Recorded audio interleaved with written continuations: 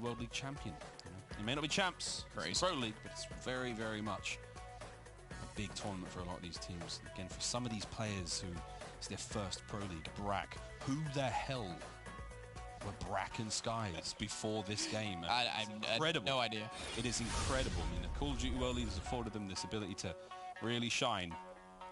And the search coming up next, they can shine there also. Luminosity versus Units, if you've just joined us, friends. Our second series of the day, and at 250 to 184. Honestly, that could have been worse. That could have been a real bad scoreline. Fundamentally sound. When they're getting that kind of outslayed. It was a bit like, you remember the start of that big battle in Game of Thrones? Oh, yeah, which one? The one with all the Dothraki, I remember. And the undead, and the Dothraki were like, I've got a flaming sword, check this out. Whoa! And they all got mopped. But then in the next few episodes, they're all alive again. What's up with that? Either way, friends. Respawn. Huh? Respawn delay. Yeah, it might respawn. Yeah, good call, mate. Here we go. Search and destroy. Off the rip. We're going to be watching the man himself, Brack. Phil, you were talking about his numbers before the start of this one. Yeah, I mean, just to kind of reiterate, Paradox always quick on the old damage here. Brack did drop 5,800 damage.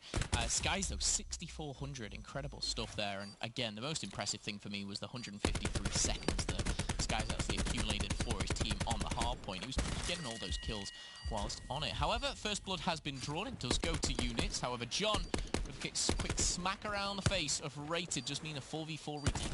John doing the best he can, hunt down Raid and not let the flank happen. But here we go, Cammy finds a nice 2. That's lovely work. Skies takes care of Wee Man in the meantime. Now we have a 3v2. They got that bomb down real quick, and then that's thanks to that Rated First Blood. Joe on the outside of the map. Skies making his way forward. Here we have it. Times this right. Cammy's in from behind, finds his 3rd of the round. It all comes down to Skies. He manages to find Joe. There's the bomb. Will now detonate, but they are going to get the kill before it goes. Nice opener there for Units again. Oh, for Cammy. 4. But yeah, he got that final kill as well, and I think it was Skies hopping over the fence back and forth.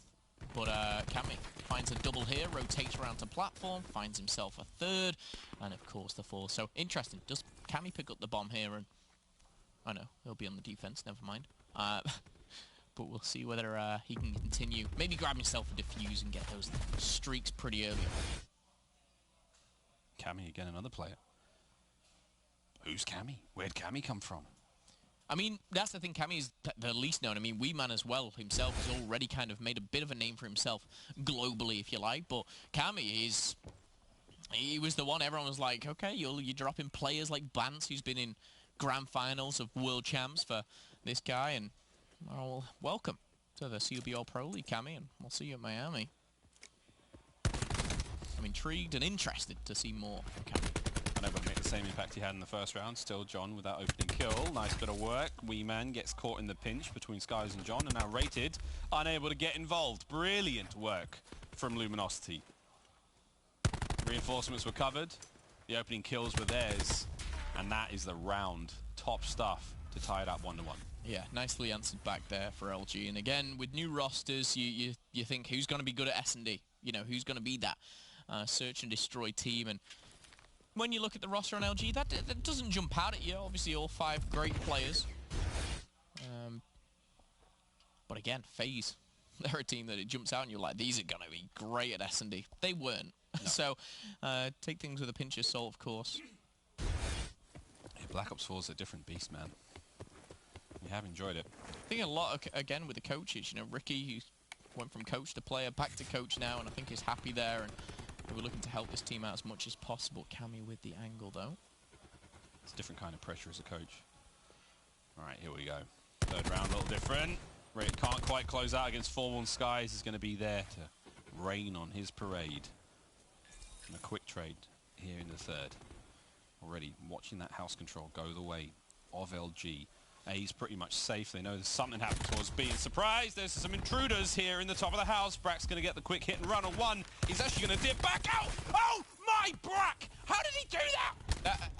The audacity to actually peek that again is disgusting. Like, you just get away. You stay alive. He goes down the stairs, he goes, actually, hang on. Let me just moonwalk back up the stairs, find another. Formal shoots over, and he actually stays alive. That's the crazy thing about that whole round. You're going to get to see it in a action replay. Dude, Brack was like, hey, they're at the front. Found one. Oh, hang on, wait. I left another kill up here. Challenges when he's on like 100 HP. He almost got all 3 of them. He almost killed all 3 of those players. He's like, yeah, dudes, 1 sec. I might have left 2 kills upstairs. Hang on, let me just go back and get them. What in the name of tacos? Great round from him. 2-1 now, Luminosity. Skies, though, sitting at 4-1. John's at 4-1. You can't be disappointed with the performance. You can't be disappointed with the kill trades and the decision-making from LG right now. Right off the rip into the 4th. Joe is going to go down. Formal's going to go down. Weeman just gets bullied by John there. That's 100 points away from streaks after that kill. Boy, howdy. 5 kill streak for John. Oof. On the retake now. Purchase space now, 4 units. They've made their way forward straight up to the rock. John needs 1 more kill for streaks. Brack's going to take 1 away. Nolson, John has murdered your teammate so far. An assist would be great. Brack's not over there to get it. Oh, there it is, John. Lovely work on the Cammy. That's going to be the streaks. That's going to be the round. And LG are starting to look a little too ferocious for units at this point. Yeah, looking nice in the search and destroy. You saw John just trying to tag up everyone and then send Brack in to try and finish him off. It didn't work out that way. John actually picked up 2 kills in the middle. That was a nice kill, of course. Started, I believe, with Skies shooting over the top. But cleaning up nicely here. John will have those streaks. He only has a lightning to my knowledge. But of course that can open up into a hellstorm with maybe a bomb plant. Even just the lightning strike. No, he's got a lightning. Brack's got himself all streaks as well. Great! Didn't see that at all. Nice one, Brack. Nice one, mate. Round 5. Tags from John. On the defense, like quite far back. They've got eyes over A. And Brack's watching from top office to see the cut-throughs on B, but there's no one on the outside of the map. Only number 10, Slack, watching the rear. Lovely stuff from Formal. Now we see the play slowly. You have Joe trying to hit the flank, but he's been red. Wow, he's got away. Okay, fine. Brack gets the kill. That was his 6th in a row. Skies again. I mean, it's just pure firepower. The units just don't seem to have an answer for right now. See Brack and Slack just running around, trying to beat together. Poor Slack, man. Slack's 0 and 4, and Brack just killed him. Brack finds himself another double. It doesn't matter. Doesn't matter. You know, when you look back at it. But I was like, come on, Slack, get off that donut. You're only in like round 3, 4. Everyone's picking up kills, and Brack just shoots him as he gets the shot punch off. Another round for LG, though, as their search and destroy seems to be pretty strong here. Again, with all these new rosters, you've got to take it with a pinch of salt. The crazy thing is about obviously the cross-division play, you know, so many rosters have been changed, but you still have some of the core teams that didn't make a change. For example, 100 Thieves. You know, these guys, do they just get better and better as everyone else changes? It's really going to be interesting to see how it breaks down. But right now, round number 6, we've got a Lightning and a Hellstorm. Brack 8 and 1, Skies 5 and 1, John 7 and 2. Crazy numbers already. No ping on the lightning, so they go straight in. But boy, what a throw from Brack. Not even a Hail Mary. That was a sweet shot with that nade. Quick now answer from the players on units. Skies, I don't want to get the bomb out of his hands, but he does get it down. And there's the trades from Formal. Great 2 before Nolson puts him out. 2-2 now. Brack and John, they have streaks. Brack is on a 9-kill streak. Oh, baby. Look at this. Are you in connector? Hello! I felt like I went upside down plane for a second then. John finds it. Brack finds the other. That's his 10th kill in a row. That made me feel a bit sick. It was like 0G or whatever they call it. Upside down on Hacienda. I was like, ugh. I've never seen Fountain like that before. Started turning my head. I was like, I don't like this. But LG clean up again. In a 2v2, you've got Streak to play with. Formal. He's a dangerous man. It's a team of dangerous men right now. I mean, say what you will. Slack, I mean, the EKIA is definitely above 0, but he doesn't have any kills, does he? No. Still. How many is it? I mean, what 28 between the team, though. What are you supposed to do when everyone else is just murdering? And it's like, you know, he's there, right place, right time. Oops, guys. Just sucks that nade into another dimension. That doesn't go anywhere. No trophy, no nothing. But here we go. Joe's going to open up the first kill. John's lightning strike only finds 1. It's a 2v3. Now it's a 2v2. Slacked and Brack. Can Brack keep this going? Slack's going to get the game-winning kill. He's going to do his first kill of the game. and it's going to be the last kill of the game. Dips out of that one. Wisely done. They're playing together. Well, I was going to say they're playing together. Brax legged it. He's like... Slack's like, we got 5 round wins, and the Brack were pretty good. Makes me think I'm not sure what that was, by the way. Or the shot? Yeah, 2 shots. The 2-tap. Just letting him know. Oh, Slack. His timing is incredibly funny right now. It's just so close. He's going to turn the corner. They're underneath him. Over to B. Here we go. Hey, wait a minute. There's... Okay, fine. Cammy gets it. Brack in a 1v1. The bomb may be going down, but Weeman's actually opted off of the bomb, but the time is ticking. Will he run across map towards A? Weeman's also going to be doing it. Now back to B. There you go. 125 away from his second set of bloody streaks in this game. 11 in a row for Brack. The 12th for the round win as well for the map win. Can he get it done? And to give Slack to Donut. And to give Slack to Donut. Not bad winner. Search and destroy 6-1 with the Donut. He's all give, Brack is. He really is. Here we go. Upstairs for number 12, Brack. You're a monster! Ah, disgusting stuff. It was funny, obviously, the analyst desk before, it was a very moment. It's a very moment. Oh, why is he called the lightning striking? Come on, let's not take the Johnny. But as I was saying, the desk was kind of talking on his kill-death ratio, obviously across all game modes, all positive. And I think they've just got a little bit better with today, of course. That hard point discussing, search and destroy. That is a one way to bump your SNDK up. It's probably going to be set at about 2.5.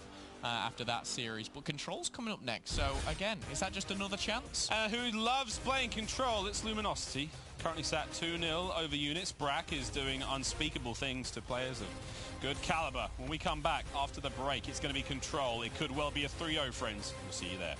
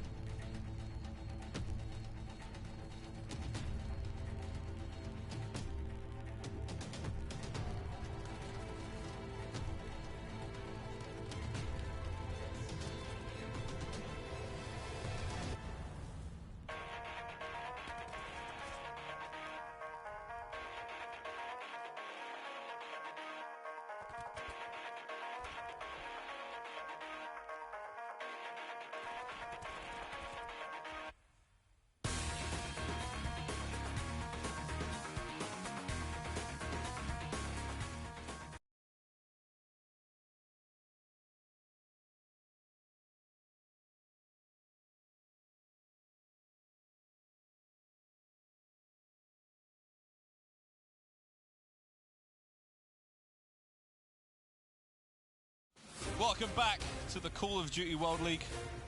We are almost done with our second series, if Luminosity have got anything to do with it. 2-0 so far over units, and holy moly, have we seen some scenes of depravity, wanton destruction, arson, murder, outright destruction from Brack, and actually most of LG, everyone's playing great, but Martha, Brack, what?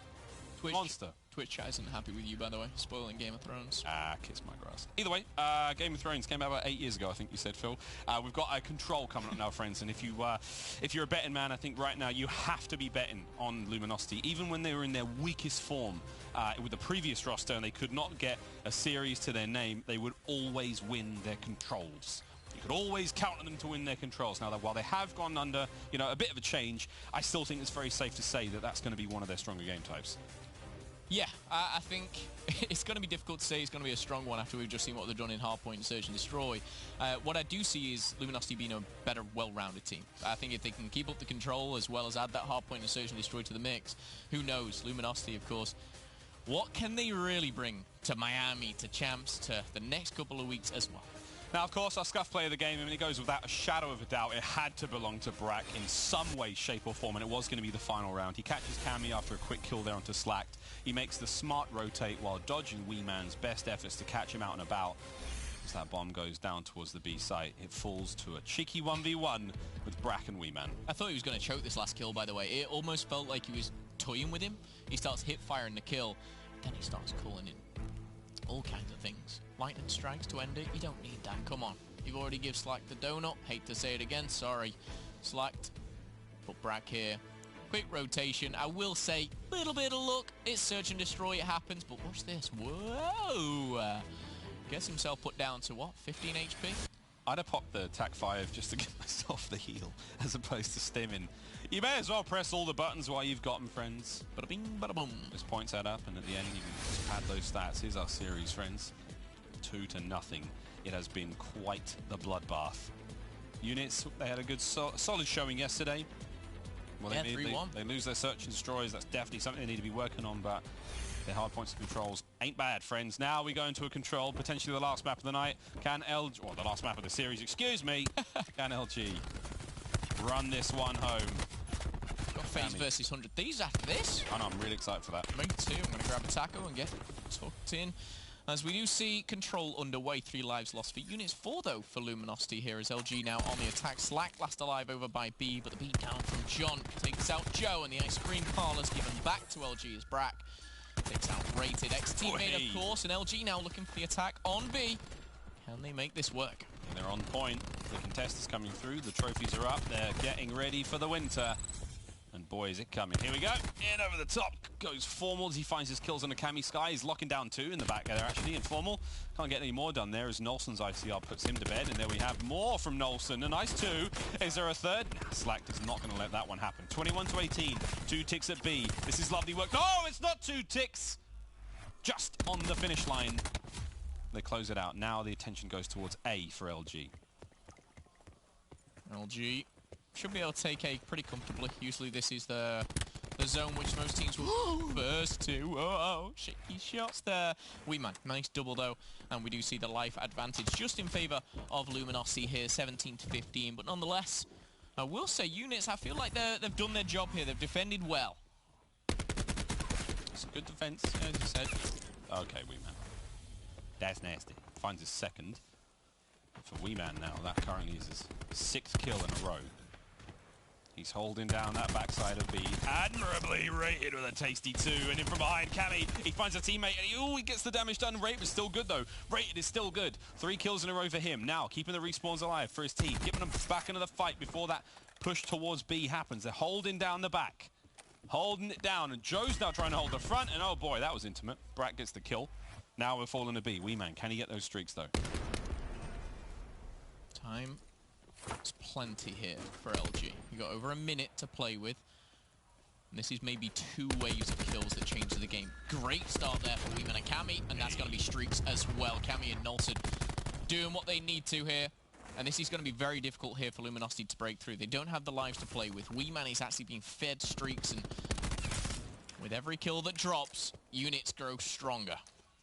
Yeah, Joe He's managed to go on a bit of a run now. Rated still on his 4 streak. 6 for Weeman again. And they've just managed to find that pace that LG don't like. That's 11 to 4 now.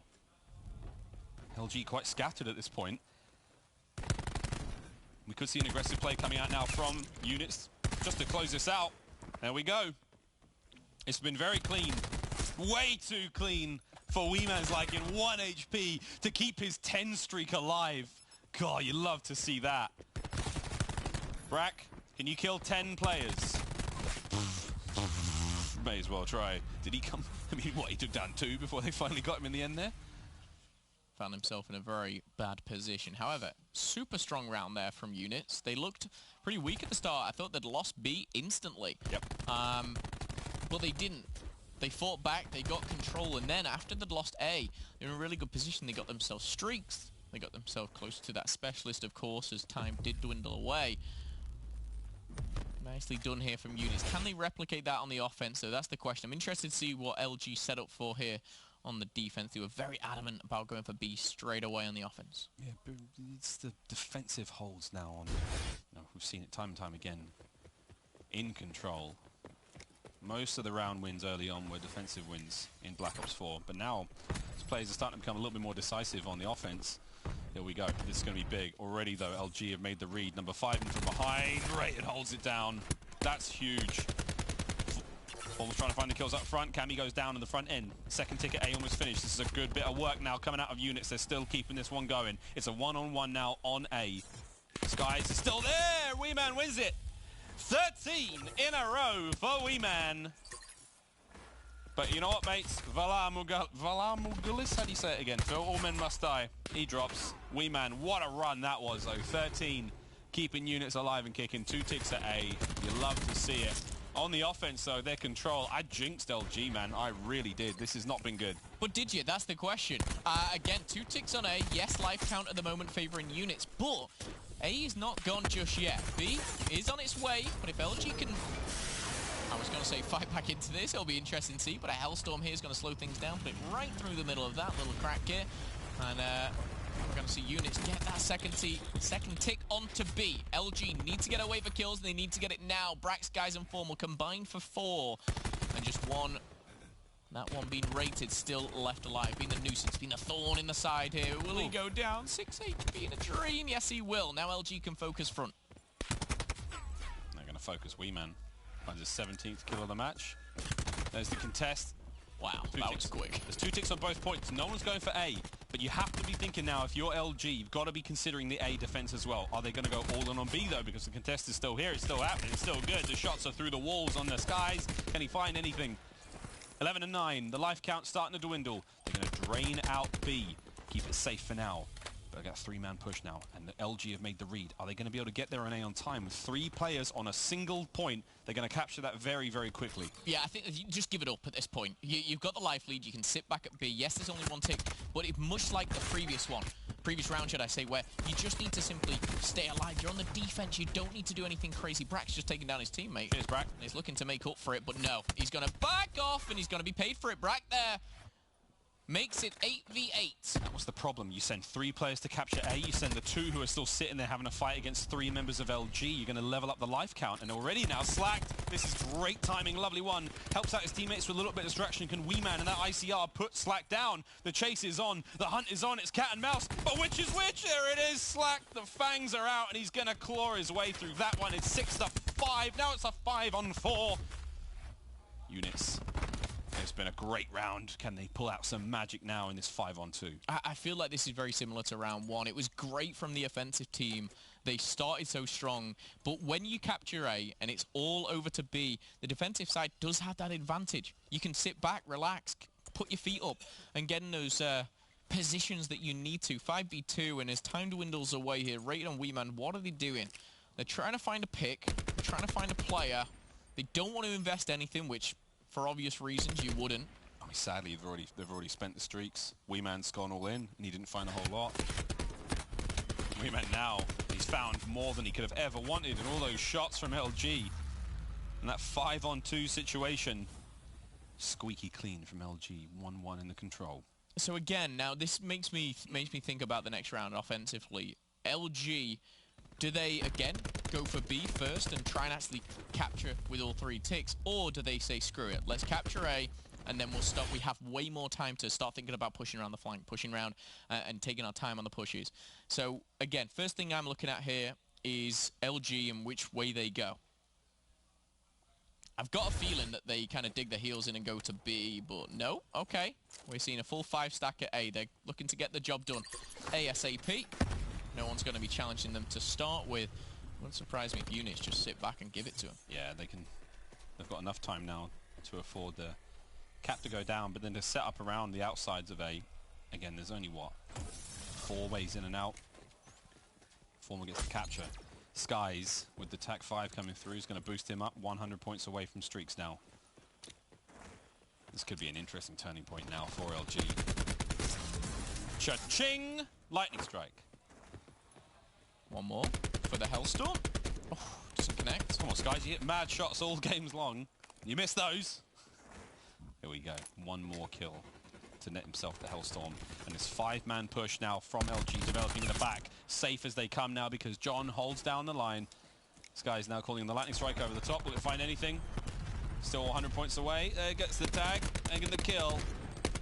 Even just one with the lightning strike there is pretty powerful. And now he's got himself a Hellstorm. Does he invest this as well? Coming from behind, John. Sneaky Beaver finds one, finds 2.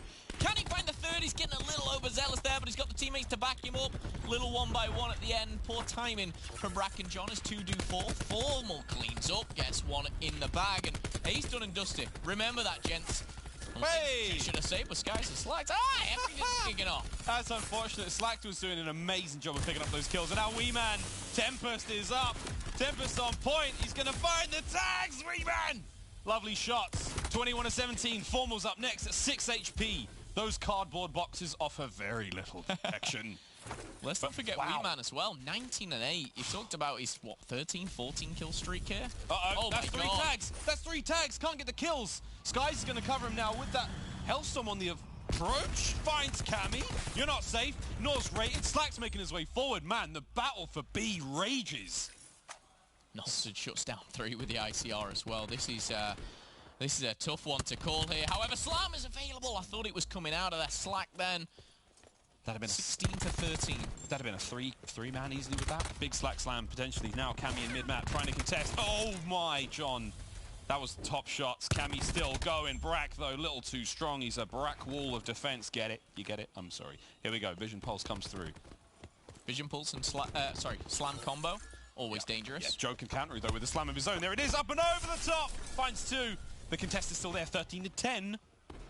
Joe doesn't need no Vision Pulse to get a nice Slam going. Brack again from behind. Will be traded out. That's nice from units here. 9 to 11 is okay. They have the TAC 5 boost. Skies laughs in the face of that boost, though. Bluster out. War Machine available. All tied up, remember here. 29 seconds left. War Machine. Oh! Rated! No! It's like clay pitches. It's okay. Wee Man gets 3. He's on point. Nelson's still good. It's fine. He's 75 away from streaks. What a control this has been. It's like a bloody Greek tragedy. 50 points now from streaks is Nelson. Rated got a pellet up his backside for that one. That was really unfortunate there. That was funny. 6 to 6 though. 1 player may respawn from your team. The push goes on. Advantage unit. Skies takes out 1. 5v5. 4v4. Slacked. Trying to make his way forward. The specialists have been used, have been expended, and whether you love them or hate them, they're all out. Formal, though! He finds 2, and it's a 3-on-2 right now. Slack's going to back on up a little bit. They've still got Nelson and Rated on the point. The Sorgs come out. It's not going to be a trade. It's a 2v1. Now it's over. And wow, what a silly round that was. Oh, this is... I love Call of Duty, man. Everything from Nelson's 3 pieces to Wee Man 3 pieces to the pellet in the backside of Rated, everything was just great. This was the 3 from Nelson. That wasn't even the 3 from Wee Man was way more impressive. Oh, yeah, from Ice Cream? Yeah, I mean, whoa, there we go. Woohoo! That was a round for the ages. But what a round to lose. That's annoying. Because, again, that would have been another defensive win. And now LG go on the defense, and they can... We know what they can do on the defense. They dig their heels in. They look strong here. Again, pretty level on the Slain side of things. I will say Wee Man 22 and 11. That's just nuts. But, of course, the 2 rounds to 1. is all that matters in the top middle of your screen. Formal invest the War Machine just for the 1 kill. Better than 0, but would have liked more, I'm sure. Yeah, quick trade comes through. We'd love to see that, though, 4 units. Hey, John. Yeah, it's fast. Get those kills. Now they're going to finish up A. The second tick's here. John, the contest. Whoa, right in the nick of time. Rated's nades come through, though, and quickly trade out. Second tick finished. We're almost done here at A. Pack up your bags, boys. We're moving to B soon. As units now will close that, seal the deal, and now make their way across map. But again, the guns are up. 4 Luminosity can have them pinned here. 2 players have managed to make their way out the back while their lives are being lost in the front line. And there it is, another big kill from Skies. And oh boy, this is starting to look nasty. Brack with a high ground. Unable to close out these kills. There's players all around him. Slack now up from the top of that shop. He's got a sweet deal there for Joe. Formal winning gunfights left, right, and center. I mean, right now, it's the individuals from LG that are really looking strong. Their positioning's good. They managed to keep everyone from units slowly pinned back, but now the damage is really being dealt. It's Formal again. He might be 18 and 20 right now, but you think about it. The 2-piece that he got towards the end of the last round really won it for them. He finds another 2 at the start of this at 8 to keep the life lead pretty much neutral. Formal's really stepping up his game here in this control. They now have a 6 life lead. They have the defense. They don't need to be aggressive. John's going to be caught out there, but the concussion does connect. Formal looking to clean up. ICR, Tag 5, not available just yet, as we do see Cammy take down Formal with that Maddox. It's going to be good timing, but... Ooh, Skies has got the Tempest, and Skies is out. Never mind. Quick trade, though. Slack's there to pick it up. We like that. 16 and 10. This is a solid life lead now from LG. If they're able to just hold this, they've got a minute now to work with. Units have got to make the cap happen. Oh, Slack is on the hunt once again. Making his way top shot. He's got more than he could have bargained for. Now he finds 1 upstairs. There's another on the bottom. And again, the positioning right now. I mean, Slack can just hold this line. He's seen Formal now make his way forward to reinforce. Skies is watching mid-map. I mean, this is really solid work from LG. Positionally, I mean, they're great. Formal, he wins his gunfights. John's now pressuring these players in the spawn. I mean, this is seriously starting to look dangerous. Brack's now there in position. I mean, he can't stay there forever, but the mere fact that we've got LG in these positions, it just forces everyone in units to struggle, and that's going to be the final 4. With 24 seconds left, they have to contest on B, and actually, number 8, he's on the other side of the map. They need to make something special happen. Attack 5 comes through. We are seeing the Vision Pulse being used by Rated. The final 15 seconds. There's only 2 of them left now in this 2v9. Formal can't get the kill done. Is anyone there to contest? Slide on the point. Throw your body at it. Rated's done. Joe's the last one left alive. And that, friends, is going to be all she wrote for units. It is a 3-0 for Luminosity Gaming. Nicely done there once again by LG. As they get a 3-1 victory yesterday, they get a 3-0 victory today. I will say, I was going to say UIU there. Units, for me on the control, that 1 round, which was super close, came down to that 2v1 at the very end. I felt like this could have been pushed to a 5th round in control, if I'm being honest. The hard point was dominant from LG. The search and destroy was ridiculous from Brack and the boys. This guy's happy with that result, as I'm sure Slack will be as well. What a way to win an S&D. All things considered, though, I still think, I mean, what happens to this LG squad if Skies and Brack don't go just absolutely ham? I mean, in every single map. What if they don't? I mean, is the rest of the team there to pick that up? And we can always expect Formal to do something crazy. Yeah. You know, Slacked has had his moments throughout the year. I mean, I don't know.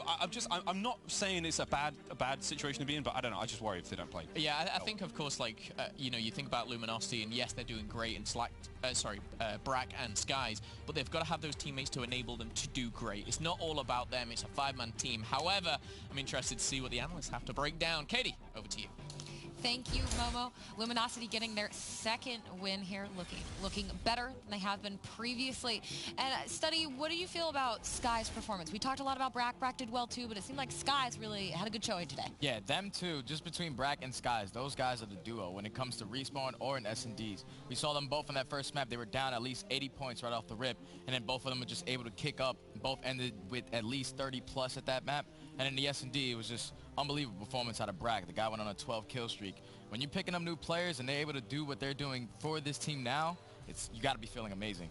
People are going to stop playing them on frequency already. Yeah. They're seeing it like this is a frequency squad because you got Formal and Brack on that map who are insane, and then Skies too. Like this guy was gone off, so yeah, that's going to be a map people are going to start to veto. But even in that search and destroy, what Brack was able to do there was insane, dude. Picking up full streaks, 11-1, winning his clutches. Like this guy's a superstar now, superstar in this league now. Pac-Man, if the likes of Brack and Skies aren't going off for LG, are you concerned, or is there more to it than just that? No, there's a lot more to it. And plus, Formal has also been putting in incredible damage output both these days so far. It might not show kill to death-wise, but yesterday he was the top damage guy for Luminosity. Today he had 5,700 on the first map. So it's not just these two guys, although that might be what it looks like when you just look at the kill to death. This team is actually playing really well as a unit right now. Where do you think they go from here then? Obviously, yes, they're taking down some of these teams that might not be as strong, but going off these performances, Nameless, do you think they can contend? So they've set themselves apart from the lower tier teams. They know where they stand right now. They have to improve as well still. Slack and John, they still do need slight improvement. They're doing their job, but I mean, as a unit, they have to learn still, right? Like, this is a team that's not ready to compete with 100 Thieves just yet. Like, they have some time until they're at that point, but you know, right now I do think that they have potential to be a very solid roster. We have to see more though. Just needs to be more consistent, especially like watching this map. There was a play where John was able to flank that post office, pick up a two-piece, and then immediately just give away his life by challenging and got back 18. They could have closed this round out, to me, at least a long time ago. Probably would have been a huge life advantage, but if John was just able to just play his life a little better and just slow down and just realize his situational plays at that moment, it would have been a lot better of a round in this round. And that search was like almost like flawless. Like, yeah, that was flawless out of Brack. Like, that was textbook search. Brack was what, 12 and? Yeah, he started off 0-1, then went on a 12 kill streak. Yeah. Played their numbers really well. Like when they were at B bomb site and they just saw like were around that 4 square and just picked up all those trades. Like that was perfect. Communications on point. You can tell these guys are in the honeymoon period right now. We'll learn a lot about these guys by the end of this week, right? And then we'll see their true colors in the play-in bracket at playoffs. But I don't want to jump the gun and say these guys are too good just yet. Yeah, because obviously Pac-Man still will see how they do against some of the better teams later on. That will tell you more. They haven't played a top team yet, so I mean, but they're doing their job in beating the lower tier teams. Like these guys on units did win yesterday, to their credit, but LG's a team that's trying to win championships, and they haven't played any of those teams yet, so it's too quick to judge them just yet. All right, well, we are cruising right on through things here. Let's pull up our schedule. We have 2 series left for you coming up next. FaZe Clan versus 100 Thieves. Sure to be a great matchup. But again, halfway done with our Tuesday, starting things off with that 6-3-1 over UYU. And then Luminosity, second win of the week, 3-0 over Units in rather tidy fashion. Coming back, we're going to be talking FaZe Clan versus 100 Thieves.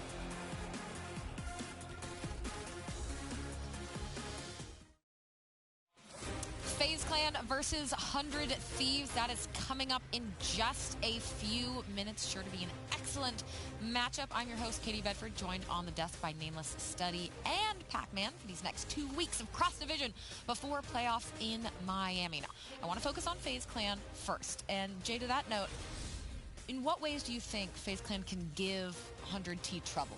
Well, we know both of these teams are respawn juggernauts, but it's going to be the S&Ds. We saw FaZe Clan yesterday in their series. They were able to win both S&Ds, and that's something that we usually weren't expecting. It was a totally different way that they were playing as well. They were waiting for each other, trapping their opponents in and just collapsing together. They looked a lot more on point. Yesterday for 100 Thieves versus EG, they lost both S&Ds, and that's the only thing. It's going to be like, who's going to be able to pull out those S&Ds? And obviously, they're 0-2 on the week, and they're 2-0 on the week. So FaZe Clan have just been improving overall. I know the respawns are just going to be back and forth, but the S&Ds, since they were able to win both yesterday, that's what's going to be able to put them throughout the top on this series. I mean, for most teams, in order to beat 100 Thieves, I'd say the key is to win 2 search and destroys and take 1 respawn. For FaZe, they're one of the only teams that I have hope for that can actually possibly take 2 respawns off 100 Thieves, just because they have players that are incredible slayers, and they're really good at hardpoint, and their map pool actually matches up pretty decent with 100 Thieves. So, you know, I think that they can take an Arsenal hardpoint against them. It's far-fetched, but they can definitely do it. I think the key really does rely on the search and destroys as well. I mean, 100 rarely get to even play Arsenal anymore. They played it yesterday against EG and lost. It's been vetoed against them for like a month and a half.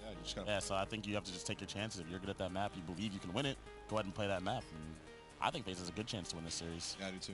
Especially coming off that loss, 100 Thieves coming off that, like, you know, if they play like they did yesterday, FaZe will beat them. That's what I was actually about to say. I mean, FaZe might be able to take advantage if they've 100T has not quite shaken off the rust, if you will, from their lack of play. But again, you guys, I can't remember who said it, but they were in 10s last night. 4 out of the 5 100T. Yeah. Well, 4 of them. I shouldn't say all 4. 4 of them were in there. Kenny was the only one that wasn't there. But you know, Kenny's a great player. They can't have all 5 in the 10 series. It's kind of far fetched. But yeah, no, they're trying to improve. They're getting back on that grind, jumping back on the horse, trying to figure it out.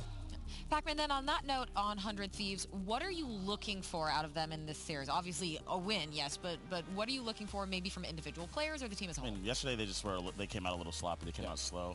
I said it before the series yesterday. I still think there's holes in their search and destroy, and if I was working with 100 Thieves, that's what I'd be trying to patch up the most, is their search. Obviously in respawn, they're unbelievable. Their hardpoint record no one's taken 2 hardpoints off them yet, so it's very hard to look at those game modes and find something they need to work on. That was Kenny's face last night when they were all playing 10s, and he's just chilling back. He's the only one smiling in that picture. Not bad for cutting you off. I just thought that was funny. And then they got Sam LaRue, the Octane beast, main AR. Animal, dude. Absolute animal. He really is, and he's I mean, those stats so show it. Yeah, I mean, he went off. I think he had the number 1 search and destroy KD last event. I think it was number 1. That's rare, too, out of him. No, it's all right. He's been great at search. Here we go. Octane's been a pretty decent-ish search player throughout his career. It's a misconception that Octane is a bad search player, quote-unquote. He's been a great search player for years. No, he hasn't. Some of his teams haven't been that great at search, but he's been a great search player. He has not. That's just not true. He's not been a great search player. People don't understand. We had a crazy argument in the green room, me versus him, about Sam. Austin. You had Slasher standing off stage from our last segment, like glaring at you guys. Because it was unbelievable. Oh, was it? Octane's been on some of the worst search and destroy teams. He was on it. He's a great search player. Okay, whatever. He's had multiple events where he's the number. Okay, on that note, speaking of Twitter, and not these two, we asked you using the hashtag CWLPS4 who you think is going to take the series. And from Zach 100T, I think they are the better S&D and control team. They could lose both hard points and still have an edge in the series. Well, they've never lost 2 hard points. They're going to lose. Yeah, they've never lost 2 hard points in a series. And better S&D, I don't know. It's up in the air, I guess you can say, because their last performance at Anaheim. Definitely a better search in general. And from Preston, FaZe. 100T looked a little lackluster yesterday, and I think FaZe will balance on that opportunity if they keep playing how they have. This is a pretty hard match to predict at this point in time. I mean, at Anaheim, obviously, I'd say 100 Thieves will win. But right. Yeah, I mean, I definitely think FaZe have a legitimate chance at winning the series. Right, and our last from Zombie Sweat, that's nice. When 100T finally woke up yesterday, they fried. They're going to come in hot, angry, motivated, and unstoppable. Yeah, That's very aggressive. Dope ass. Is that Mud Dog? Switch it. Said unstoppable. He said unstoppable, unbeatable, hot, fiery, ready, like. Run it up, that's all I was missing. There was hashtag run it up in that first tweet. Okay, but I had to be Mud Dog on another ringer. All right, well, there we have it. I think, again, a hard series to call. Twitter seems to be as divided as the desk is. On that note, then, we're going to see what Merc and Maven think about this series, because it's time for them to take over. Thank you so much. Yes, I am looking to see if 100 Thieves can rebound. I was getting some tweets yesterday, people putting a lot of stock in the EG victory over them. I didn't take a lot away from it. We were playing Blackout with Crowder, and he said the guys deserved a little break after back-to-back. They didn't scrim last week, so I guess were you surprised to see them coming a bit flat yesterday? No, I'm not at all. And if anything, it's a good thing that, like, we talk about it in, I don't know, it's good to just be brought back down to earth. Like, the problem was it was so soon. Like, it's a week after. They didn't have time to really recover from Anaheim. But yeah, they were brought back down to earth. And I think it's a good thing because, you know, you have Miami and champs. Like, yes, you won London, you won Anaheim. But if you ask these guys which two would they rather win, it'd be the next two.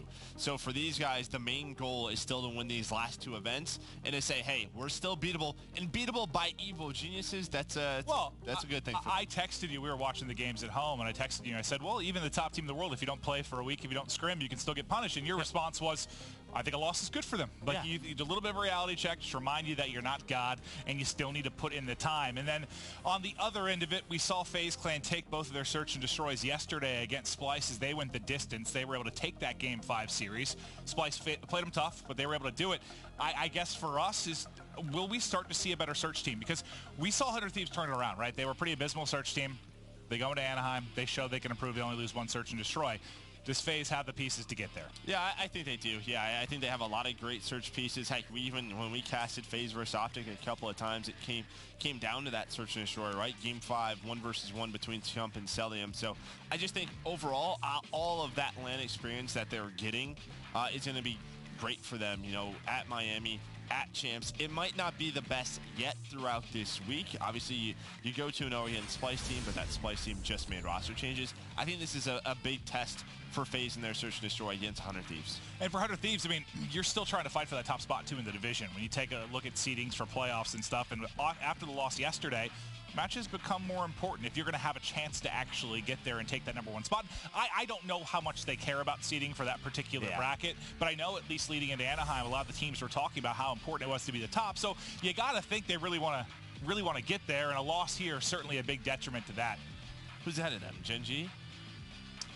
Here, I just tweeted out where we sat. I can give you the actual records. I retweeted earlier. Let me see here. All right, so it's E-United. So E-United's 15-3. They're 14-5. So they're what? Well, they're 14. This was after last night. Yes. So they're 14-5. So they're a game back basically, but they have 2 more losses. So they really need to kind of win these next 3, and then you rely on E-United. Maybe go 2-2. You have the tiebreaker. So they need to win these matches absolutely if they're gonna have much of a chance. Because if you drop it here, you would really have to rely on United having an absolutely abysmal week, and them coming off that 7-0 performance in league play, or in their league play matches previously.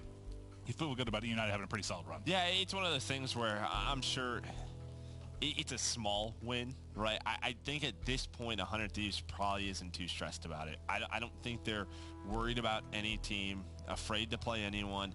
I think we know at this point their map pool is pretty deep, and now that they're winning search and destroys, it's not a huge deal to them. Yes, I'm sure they want to secure #1 seed just to have that small internal victory. But for 100 Thieves, you know, after a couple of back-to-back wins, I'm sure that it's not a huge deal to them. And a win for FaZe here would clinch their playoff berth. So they're one of those top teams that hasn't gotten it yet. Because I think if you take a look at most of the top squads, like if you look at United, if you look at 100 Thieves, if you look at Optics, the other 3 of the top 4, they've all clinched already. So they're locked in.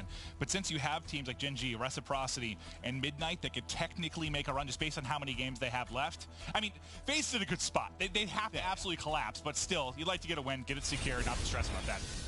Yeah, and I mean, if you go 2-0 after beating Splyce and 100 Thieves, that's some solid victories. I know they're league matches, but it's, you know, it's confidence under the belt. What was your bigger takeaway from that Splyce FaZe series? Was it that FaZe can win searches, or was it that Splyce played a top team tough in their first LAN series? I think there's a couple of good takes, right? I think that's both of them. I think for FaZe, yeah, you did what you had to do in 1-2 search and destroys. That's improvement. For Splyce, it's we played a top 4 team tough in our first match.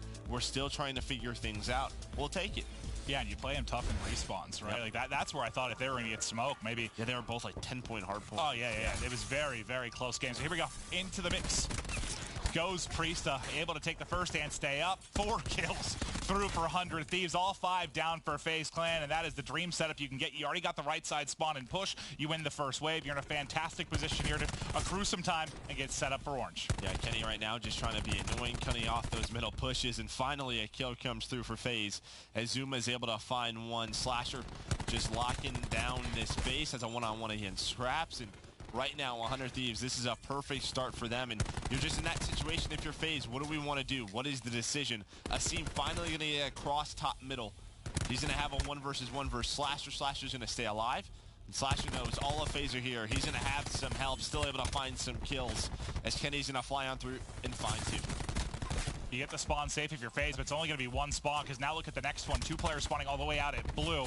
Octane, as he get drops, though, that could be huge for FaZe. If they lose anybody, they should still be in a good spot, and there comes in the spawn for Scrap. So you've got the back now if you're FaZe Clan, but here comes the 3-man push from 100 Thieves. Slasher and Enable combined for a trio. Is that enough to get the break? The swift answer is no. Celium holds the back. Zuma does him dirty inside, and FaZe now set up with 40 seconds remaining. Because there was still pressure towards this hill, and Enable was at the old hill. He went a one-on-one. There was a bit of a split spawn. I thought that was going to help FaZe, but the kill is still going the way of 100 Thieves. You can hold this from the front. Well, it was never really that clean for FaZe. It was never that clean, because that first big spawn for 100 Thieves came, like the close elbow for Pipe, so they were able to reinforce very, very quickly because of the split spawn, as you mentioned, and now a chance for Slasher to get some streaks on the back of this. He has some help, picked up a SOG, might be able to lock down Zuma, but he's just getting away with his life for now. Let his teammates get the kills. He'll worry about the rotation. And I like that from Slasher, because, you know, you might get greedy, right? You're 50 off streaks. You might take a gunfight you don't need to, but he opts to rotate into a position where he thinks he can guarantee himself a one-on-one. Yeah, but FaZe is flying. I was going to say, if he gets those 50 points from the capture, that would be the streak. But Celium and Zuma just flew on through, as Zuma's going to find 2 kills. And now you're just in one of those situations where it just feels like you're playing your life for such a long period of time. Really, you're out of the fight. You can't help your guys in a 5 versus 5. So now he's just trying to get a bullet into someone. Kenny's going to open it up, and there he is. He's going to find and finish the kill on Celium. Here comes the rest of the team. Now on the other side, it's Zuma, who off that spree was able to find a lightning of his own. Just 20 points separating these two teams. Slasher does track down the Hellstorm as well. And one thing that stood out, yeah, Slasher's going off, everybody else like kind of even or negative, but we got that stat, I think from JP, where 100 Thieves, it was kind of startling to see they were winning a lot of their hard points, even getting out slayed. They seem to be the perfect squad right now, but can they keep it going against FaZe Clan? Let's hop to a Astro Gaming listen with 100 Thieves. Go our side, get our inner and shit. Okay, inner Tommy, I'm holding it. I'm going outer to inner, hold on. I'm holding it. They're gonna run at you. Yo, 2 our side, 1's our front blue window. Outer, still dead. Nice. What's top mid? Scraps Wick on hill, He's their side hill. I'm holding outer. He went inner. Top mid, Zuma, 1 hit. Outer, Trey. Scraps is under. I gotta reload. I'm gonna shake, stay. We're gonna push it. Yo, 1's top mid, 1's their inner. Cage yourself. They paint line. Cells and cages. There's 2. Cells still cages. We can absolutely. No, they're in. Gonna be running. Top mid. Two. Another guy in. He's going out. Quick. Nice, good shit. Top mid. Got fog top mid. Hey, he dropped down. He jumped back up. He got me. 2 top mid. 1's top mid, 1's cages. Top mid. Trey. Top mid, 1 hit. Trey, he's going. Jump back up. Come help you. Shall I get 1 or say last? Chase, we get on. Nice. Yo, 125 on streaks. Where you at? Top mid. I'm trying to put my streaks. I have war. I can maybe try to get some. There's 2 new press and wait. Scraps is 1 hit. I'm about to jump Son, with you. in my tower. I'm trying to look over. Try put him in awesome. I'll be out of it. I'm looking close left. Might be window or pillar. Pillar. Dead. No, 25. They're all red. They're all red or pipe. I got my shakes. I think we mid guys. Red pillar, Zuma. Joe, your facial expression is Slasher ripped down 4 with the War Machine. It was that of disgust. It is June, and if you do not have a player calling out that it is easy now, there is a score, you know when he's getting the War Machine. It's not like before when maybe you were caught off guard. Like, I get it if he's on like a 10 spree, right? And you're like, oh, well, I didn't see that. He was accumulating scores so fast. He was 20 and 5, Joe. Yeah, like, just hit the scoreboard, put on flat jacket, put a trophy down. That shouldn't happen It is way too late in the game for me. Oh, well, that shouldn't happen either. Slasher 22-8, and perhaps his biggest opponent right now is the map as he takes a little dip off the side despite his stellar performance thus far. But FaZe is going to be able to get set up at orange here first. This time a much more comfortable setup than we saw last time through. Yeah, but now you have a Hellstorm that's going to be called in by Slasher. You're going to allow them to push up that back elbow. Can he find the kill? No, but it doesn't matter because 4 go down. The last player alive is Celium, who's like, yeah, I'm caught back here. And the rest of 100 Thieves just going to hunt him on down. FaZe, they're going to try to get pushed up middle of the map. They're going to try to use the lightning strike. I think you got a good example of the difference in spawns. Like when we talked about last time through, like when 100 Thieves got spawned out, they were at the close side elbow. Yeah. That time at the break, you saw FaZe all the way at the backside elbow. And it might not seem like a lot, but those couple of seconds give you a chance to get in positions of power. And you see 100 Thieves doing the dirty work behind it with 20 seconds left to go. They are blowing this one wide open. Slasher still having himself a game. He's 25-9. Octane on the other side is 8-9. Like.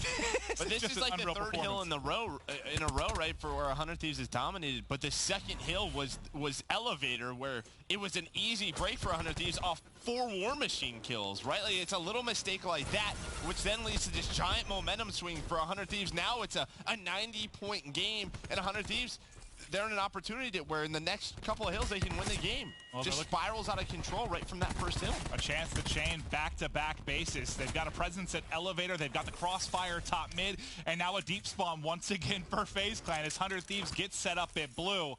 Now they're trying to look for their push. Looks like they're going to send 2 through elbow, 3 through top mid. And as Slasher wraps back, he might get a wondrous timing to pick them off as they push in.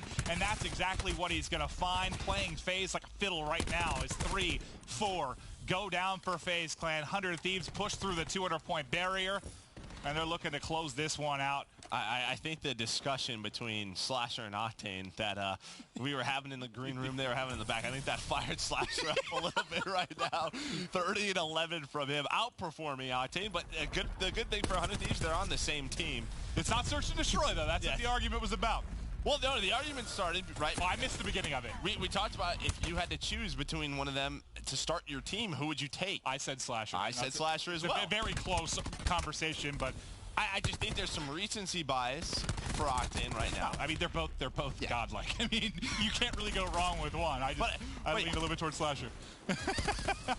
They still need 27 points before this map 1 is over. Celium trying to make plays with the Tempest, but this would be one absurd comeback. Maybe FaZe can show they've got some life, though, and at least start to make this a little bit more respectable. They don't get 100-point club, so that's at least one step. Now, how far can they actually push this?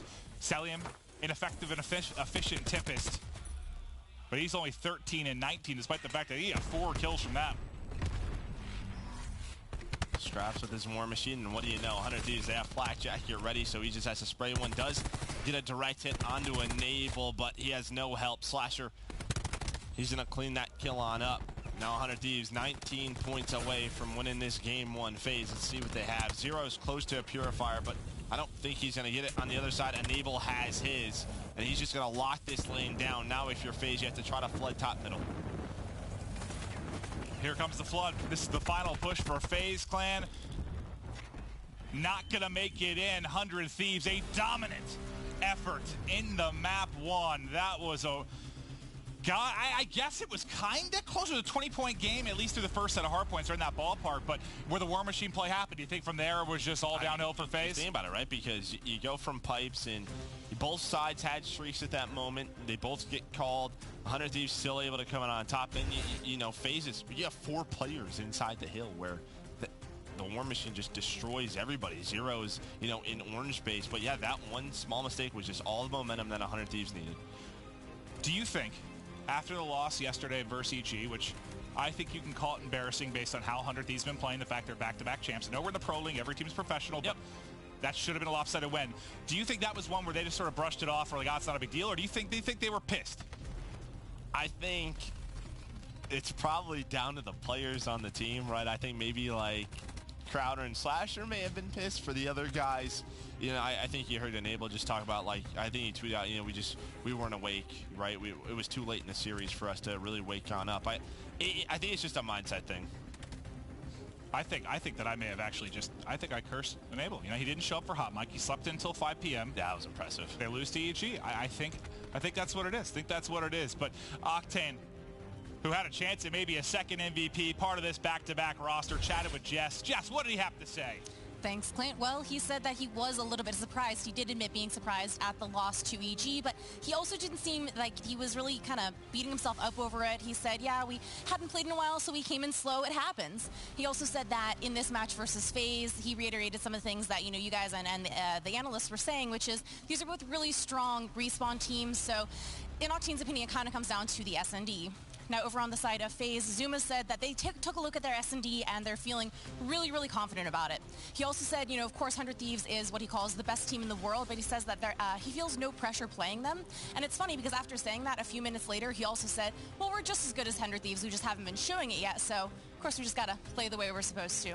That's all I've got. Back on over to the casters. Thank you so much. And yeah, I think Search and Destroy for me is the most interesting part of this, just because FaZe winning both yesterday and then 100 Thieves. Yeah, they were magnificent. They won with like 87% of them. They only dropped one Search and Destroy at Anaheim.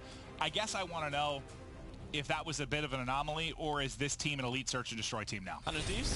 100 Thieves, yeah. I think you can call them a lead. I think like if it happened in a week of the league, right, where they win 87%, and we're like, all right, showed at a tournament. The fact that it led to a tournament win, I'd put it at a lead. Okay. I really would. I think maybe there's still some holes, some tiny mistakes that they can work on. But the fact of the matter is when they go to this game 2, or this game, they go to a game 5, they are confident and more confident than I think they've ever been. Yeah. That was one of the better turnarounds we've seen in a mode this year, at least that I can think of off the top of my head, from what, 40% to 87%. You still, I mean, you win both tournaments, so I guess it's not that big of a deal in the scheme of things, but leading towards Miami and champs, it absolutely could be. I think they know, right? Because I think in the past, we've had dominant respawn teams be like, yeah, I mean, we won't worry about Search and Destroy too much. I mean, well, we'll try to win 50%. I argued on Trading Shots that was my biggest takeaway. Like the fact that they put in all that time, they put money on the line, they played top amateurs, they played Search and Destroy stars. It came to fruition. I mean, I guess I like when people put in the effort, and it shows. But I think 100 Thieves are taking a realistic look at it as there are going to be a lot of teams with a ton of talent that are going to be able at times to win a respawn or two against us. So, you know, we have to be good at Search and Destroy because there's so many stars in this league. We can't always play perfect hardpoint. We can't always play perfect control. So for those guys, it was a, hey, let's continue to get better. But in round number 1, it's all FaZe. They're going to clean everybody on up as 3 are able to stay alive. A clean round 1 for them. A nice start from FaZe, and yeah, that'll be the big question mark here if you're a CWL fan or a FaZe fan. Just eyes on the minimap, eyes on these guys, and seeing if they can get better in Search. Because, to be fair, I know they were great in respawn. Obviously, they didn't do what 100 Thieves did. They didn't win an event with poor Search. But I think we're all on the same page with the sense of if FaZe get better at that, they are a title contender. Mm-hmm. And it doesn't need to be a massive improvement like 100 Thieves. Like, they can bump that up 10, 20%. Like, if they can just improve a bit in Search, they will be absolutely lethal. And that'll be, I guess, one of the biggest talking points for them this week is they're pretty set in stone with their spot with regards to the actual playoff. But remember, they still need to get one win to at least solidify that and make sure they're a lock in. But here comes the pressure on mid-map from 100 Thieves. It's a 4-man hit. 0. Push back immediately, but that's going to open up the bomb side at A. Plant in for FaZe. Well, you see because 4 push top middle. You see where Slasher's position is. Remember, when we casted them in the past, he at some points does get caught, but this time he plays very patient. Can Enable able to find some kills? Freesta finds Celium. Enable with his second. It's all on to Zuma. And while we casted this map, I believe it was Optic versus 100 Thieves Saturday night, where they just bullied into A. Time and time again. They did not switch off the strat on offense or defense. And after, Dashy's record performance on that frequency hardpoint, they just responded with a very clean gridlock Search and Destroy win. Well, they knew I believe they got eyes on 0 before they backed him up, so they knew they had a 5-on-4. I thought, due to the fact Slasher actually was more like a 4-on-4 how deep Slasher was playing, so they smoke him off the side. It was Enable with a big read, though, with the timing just to pick up 0. Because 0, if he gets a little bit of luck there, might find an opening when things get messy. Well, I mean, to be fair, if the first pick comes from FaZe in and the FaZe, the 100 Thieves players start to shift focus a little bit, maybe he finds an opening. But the fact that the dominoes kind of started for 100 Thieves made it very difficult for him to make a presence in the back end, and able to fix him up. Yeah, but I like that from Slasher because a lot of teams started to catch on to that strat, and they would just push out the solo player. But he's playing so deep, even if they do, he still has the chance to come back and help his teammates. And then, well, they go right to beat. They're going to find the first blood on the zero. That's going to be an immediate plant. FaZe is here, though. They're here quickly. On this rotation, can 100 Thieves back on up, and they can. Yeah, you just can't get picked if you're zero. You got to at least take one with you or get out and wait for the rotation. But as he drops massive numbers here to 100 Thieves, that continues to go as Octane lines him up with the ICR. Scraps, last alive for FaZe. This is back-to-back sensational rounds out of 100 Thieves. Slasher's got him pinned. There's the call-up. There's the challenge. Kenny able to take it. I think he got some streaks as well. I think that's what they were doing. That's why you saw Slasher just playing patiently from the middle. He was just spotting for his teammates to get a bullet onto him. I think Kenny is able to pick up streaks, so.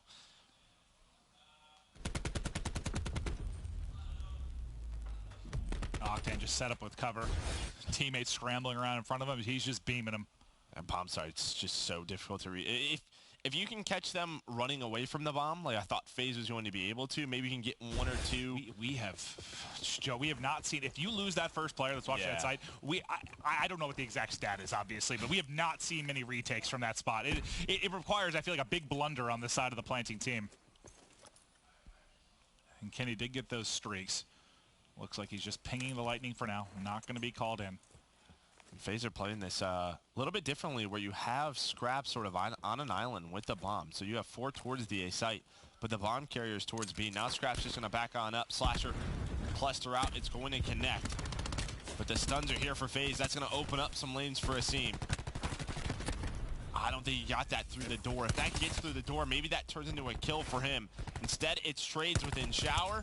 Cluster going to connect as it sticks to Slasher. Now a 2 versus 2. Priesta tries to hit the edge, couldn't connect on the melee, re-challenges, wins the gunfight, one more there, tagged up and dropped as Octane gets the headshot through the wall. I think if that stun goes through the door for Asim, he might have a chance to fly and find a kill or two. It just catches the edge, but this is where 100 Thieves, when we watch them, they were just so good at these little skirmishes inside. Priesta and Kenny, they do so much work in this area, and you're seeing it here. Well, I think that's what's terrifying about the team. I mean, you already take them just from a skill standpoint, but it comes down to those kill trading, those mass chaos modes in a 4v4, 5v5. But now they're getting smarter, playing together better, and seemingly adding some strategy to the search and destroy. It is a frightening thing. Kenny out to 6-2, still the streaks to use, just not the ping for the Lightning, and Octane 225 off streaks as well. Bit of a change up here. Zero was in this position last time around, and he got caught as the push came in. Scraps is like, you're not hunting me down. He's going to play his life. Back on up as the rotation comes through. Bomb is the last player in. That's going to be Octane trying to get up into a position, but control of broken completely to 100 Thieves right now. I think 100 Thieves at the start were trying to fake it because they sent 2 towards A and 3 towards B, and the bomb carrier was A side. But I think Kenny just pushed up the street. They called for the rotation. They hit the plan in. So 3 versus 3, this is what we were talking about. Once you get Octane back here, once you have Slasher watching over him, how do you defuse this bomb if you're FaZe? Plus, you still have to deal with Enable, who's in such a sneaky position. He's getting so much information. They do find it. The trade isn't there. But this is what I was saying. Octane now, the laser beam has Slasher watching over him. Plus, he has the lightning strike, 1 kill in. It's all down to Zuma on 1 versus 1. Slasher, I think, just tried it. He got a dead slide. He got a dead slide. Zuma versus Slasher, but the time, he gets the kill, but the time just not there. Yeah, he 100% got dead slide. He was trying to fly out and challenge there, but just ends up crouching in an awkward spot. But shoulder after shoulder, Zuma can't get the pick before enough time has dwindled. So now 4 in a row for 100 Thieves. I think the one good thing for them, I mean, not many for FaZe, but I don't know if Octane got the second streak before he dropped, because he planted the bomb. I think he needed the bomb to explode to actually get it. Oh, yeah, no. Like I said, it's not much of a good thing. It's just something. I'm searching, Joe. I'm searching. No, I mean, it's 4 clean rounds. You're still a glass half full guy for FaZe. Yeah. Yeah, I think he was like a bullet away there from getting another one. Positivity, Joe. Mm-hmm. I preach it. You're the pessimist to my optimist, and together we make a happy person. Okay. Yeah, I think we can go with that. That works. Well, there's a first blood, a much-needed one for FaZe Clan, as they've been having trouble from that position. They get the opening, and now they'll get the bomb down, and we've talked about how difficult this spot is, but you know what makes it easier? Streaks, yeah. No, I actually thought Kenny was going to go for it right away. Maybe he thought they were just going to bait it out, but Kenny's getting aggressive with an ICR. He finds the kill. It seemed they're going to trade it out. Both of your streak players are dead now. I know, Kenny played that so aggressive. But maybe he was doing what I was talking about, where you're just trying to catch the players, rotating off the bomb, backing up to the sniper, right? Trying to watch over. Oh, yeah, I mean, my first instinct was I got the bomb plant Streaks about to just destroy them. Well, I thought as soon as Octane gets sniped, just call it in. You just call one in, because you have 3. At least delay the plant. Maybe you can get inside Ice Cream and somehow win the round from there. But they hang on to it. Maybe a little misplay from 100 Thieves, but you still have a 2-round advantage. Nice round to start to claw back into this if you're FaZe, but still a ton of work to do, and there hasn't been much to celebrate throughout the course of this Game 2 or Game 1. 100 Thieves going right back to their bread and butter, it appears. They're going to A. They've got a 4-on-2, at least in the early going. The rotation should come in very quickly. Yeah, you see Zuma and Zero kind of hightailing it over. Plant going down now. We also have Slasher working top middle, trying to be that lurk player for 100 Thieves. Now he's going to back on up to his teammate Nate from his team. This could be huge. It does connect. Another first blood for FaZe.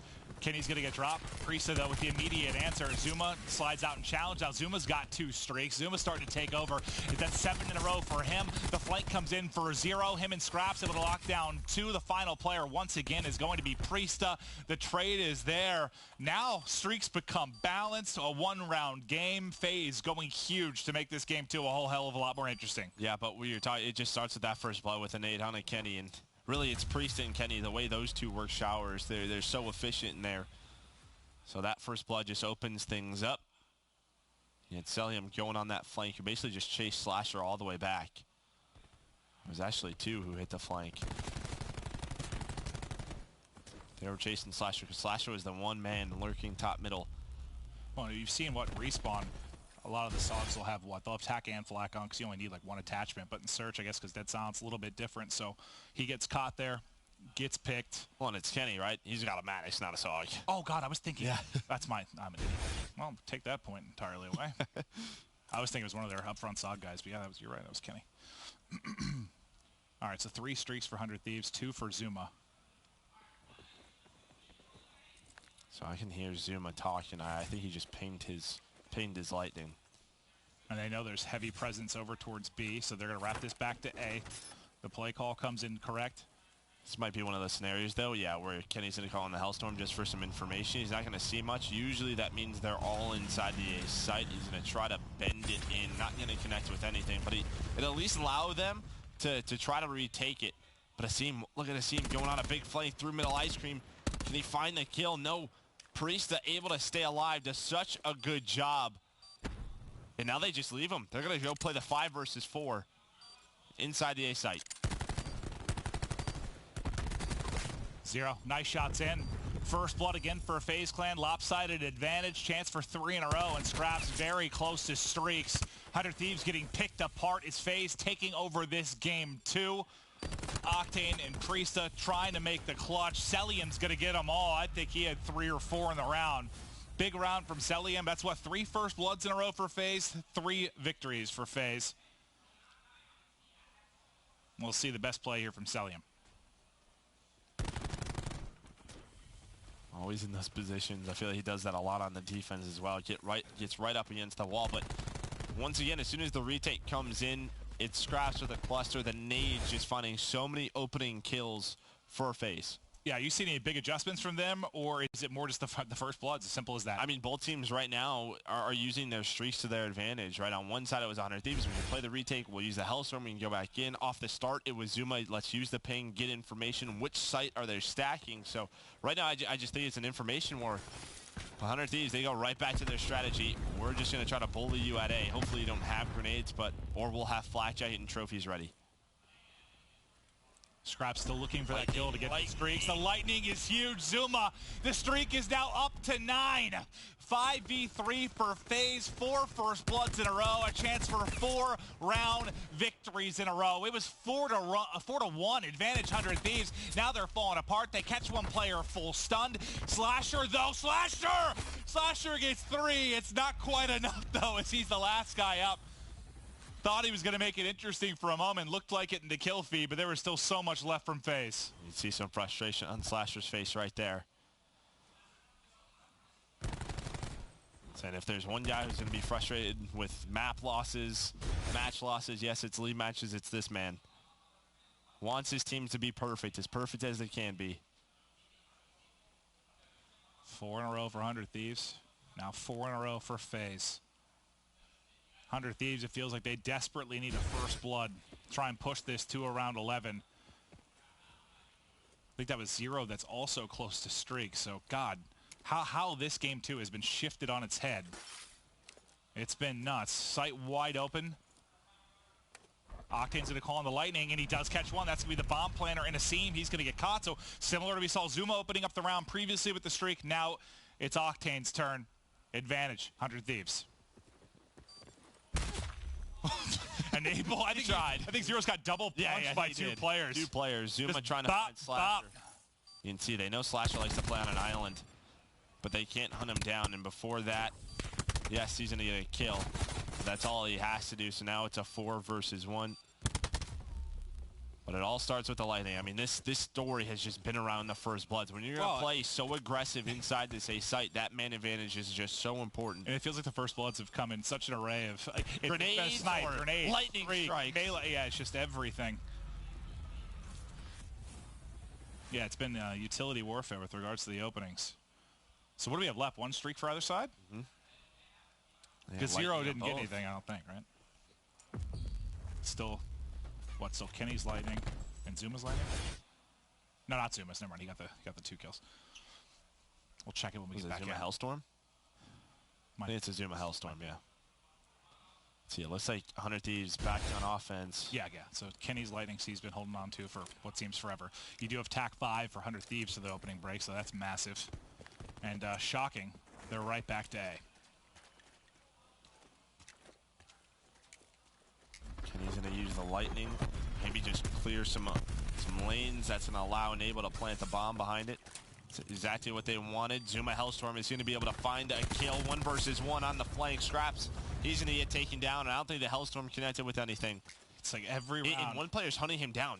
Zero is trying to hunt Slasher down. That's going to waste so much time off the clock. You have a 4 versus 3 on this side of the map for 100 Thieves, and this is just where they're so good. You have to wait for Zero to try to make a play, but now we're in a position where, guess what? Slasher's waiting for you, and there we go. In the round 11, 100 Thieves, and you go up 2-0. Well, they didn't make it easy on themselves. They had a chance to close it out early, but FaZe Clan make a 4-round run.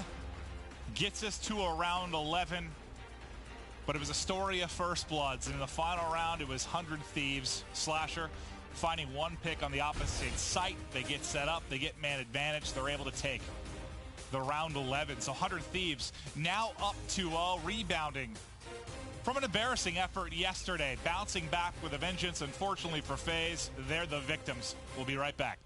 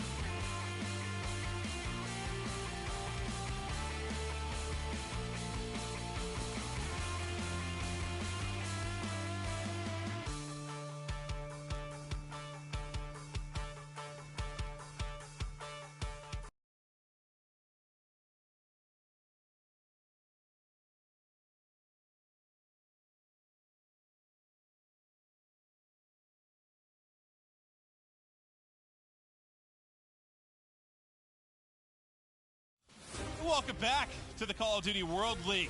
We're in the midst of a, well, what I thought was going to be kind of a nail-biting series here between FaZe and 100 Thieves, but score-wise, it's 2-0 to 100 Thieves. Yes, FaZe pushed them to around 11, but the hard point, not quite so close. An absolute blowout as 100 Thieves from the midway on just kind of completely took over that game. We'll now get into an Arsenal control, see if FaZe has what it takes to extend this series. Or if 100 Thieves, yeah, maybe he's pissed off about the loss yesterday, come in and put FaZe in the dirt quickly. Yeah, what a response this would be, right? For a lot of people, it's like, man, can't wait to watch this match. You know, two Respawn, you know, two of the best Respawn teams in the world, and they just 3-0 them. Just say, hey, everybody, yeah, we can have some off days as well. But off the break, Slasher working inside events, able to find a couple of kills with the ICR. That's going to allow his teammates to push on up, and that's going to be a clean 5 dead. Well, I think people are excited, too, because it's the first time we've seen them match up, right? Yep. At least on land, so it's just... you're looking forward to it, and, well, if you're a FaZe fan, it's been tough to be excited. Maybe this is the swing to get them back into the midst of things, but in the early going, going to be a 5-life advantage now for 100 Thieves that they've dominated. This has been, yeah, it's been a great map. Great map for 100 Thieves. Well, you just talk about the break, right? If you're the offensive team, you can't lose full map control off the break. It is so hard to retake it when you're 5 dead, and now you have to force yourself through window, through lobby, and you'll see what happens. 3 dead. Just like that, there's 20 seconds left in the round. 0, he's going to stagger the push. He just had 3 push, now you've had 2. So staggered from FaZe, 10 seconds to get in. I don't even know if they're going to have time to contest onto the A point. Well, I think you nailed it. They've lost 6 lives! 6! I think you nailed it. Like, if you lose that break and you're on offense, you're no longer fighting for the objective. You're spending 60 seconds to try and fight for trying to some get map window, control. trying to get vents, right? Like, just trying to get inside of this middle area. You have to hope for a bit of a trade, right? Like maybe a 3 for 2, whatever it is. It's like, I don't know. It makes me think of like in the NFL or something. They punt it down to your 1, and you're not on offense, and you're trying to play off your like goal line. It's just, it's a pain. It's difficult. Just getting out of that spot to get something going. And they couldn't do it. They couldn't do it. As 100 Thieves dominate it.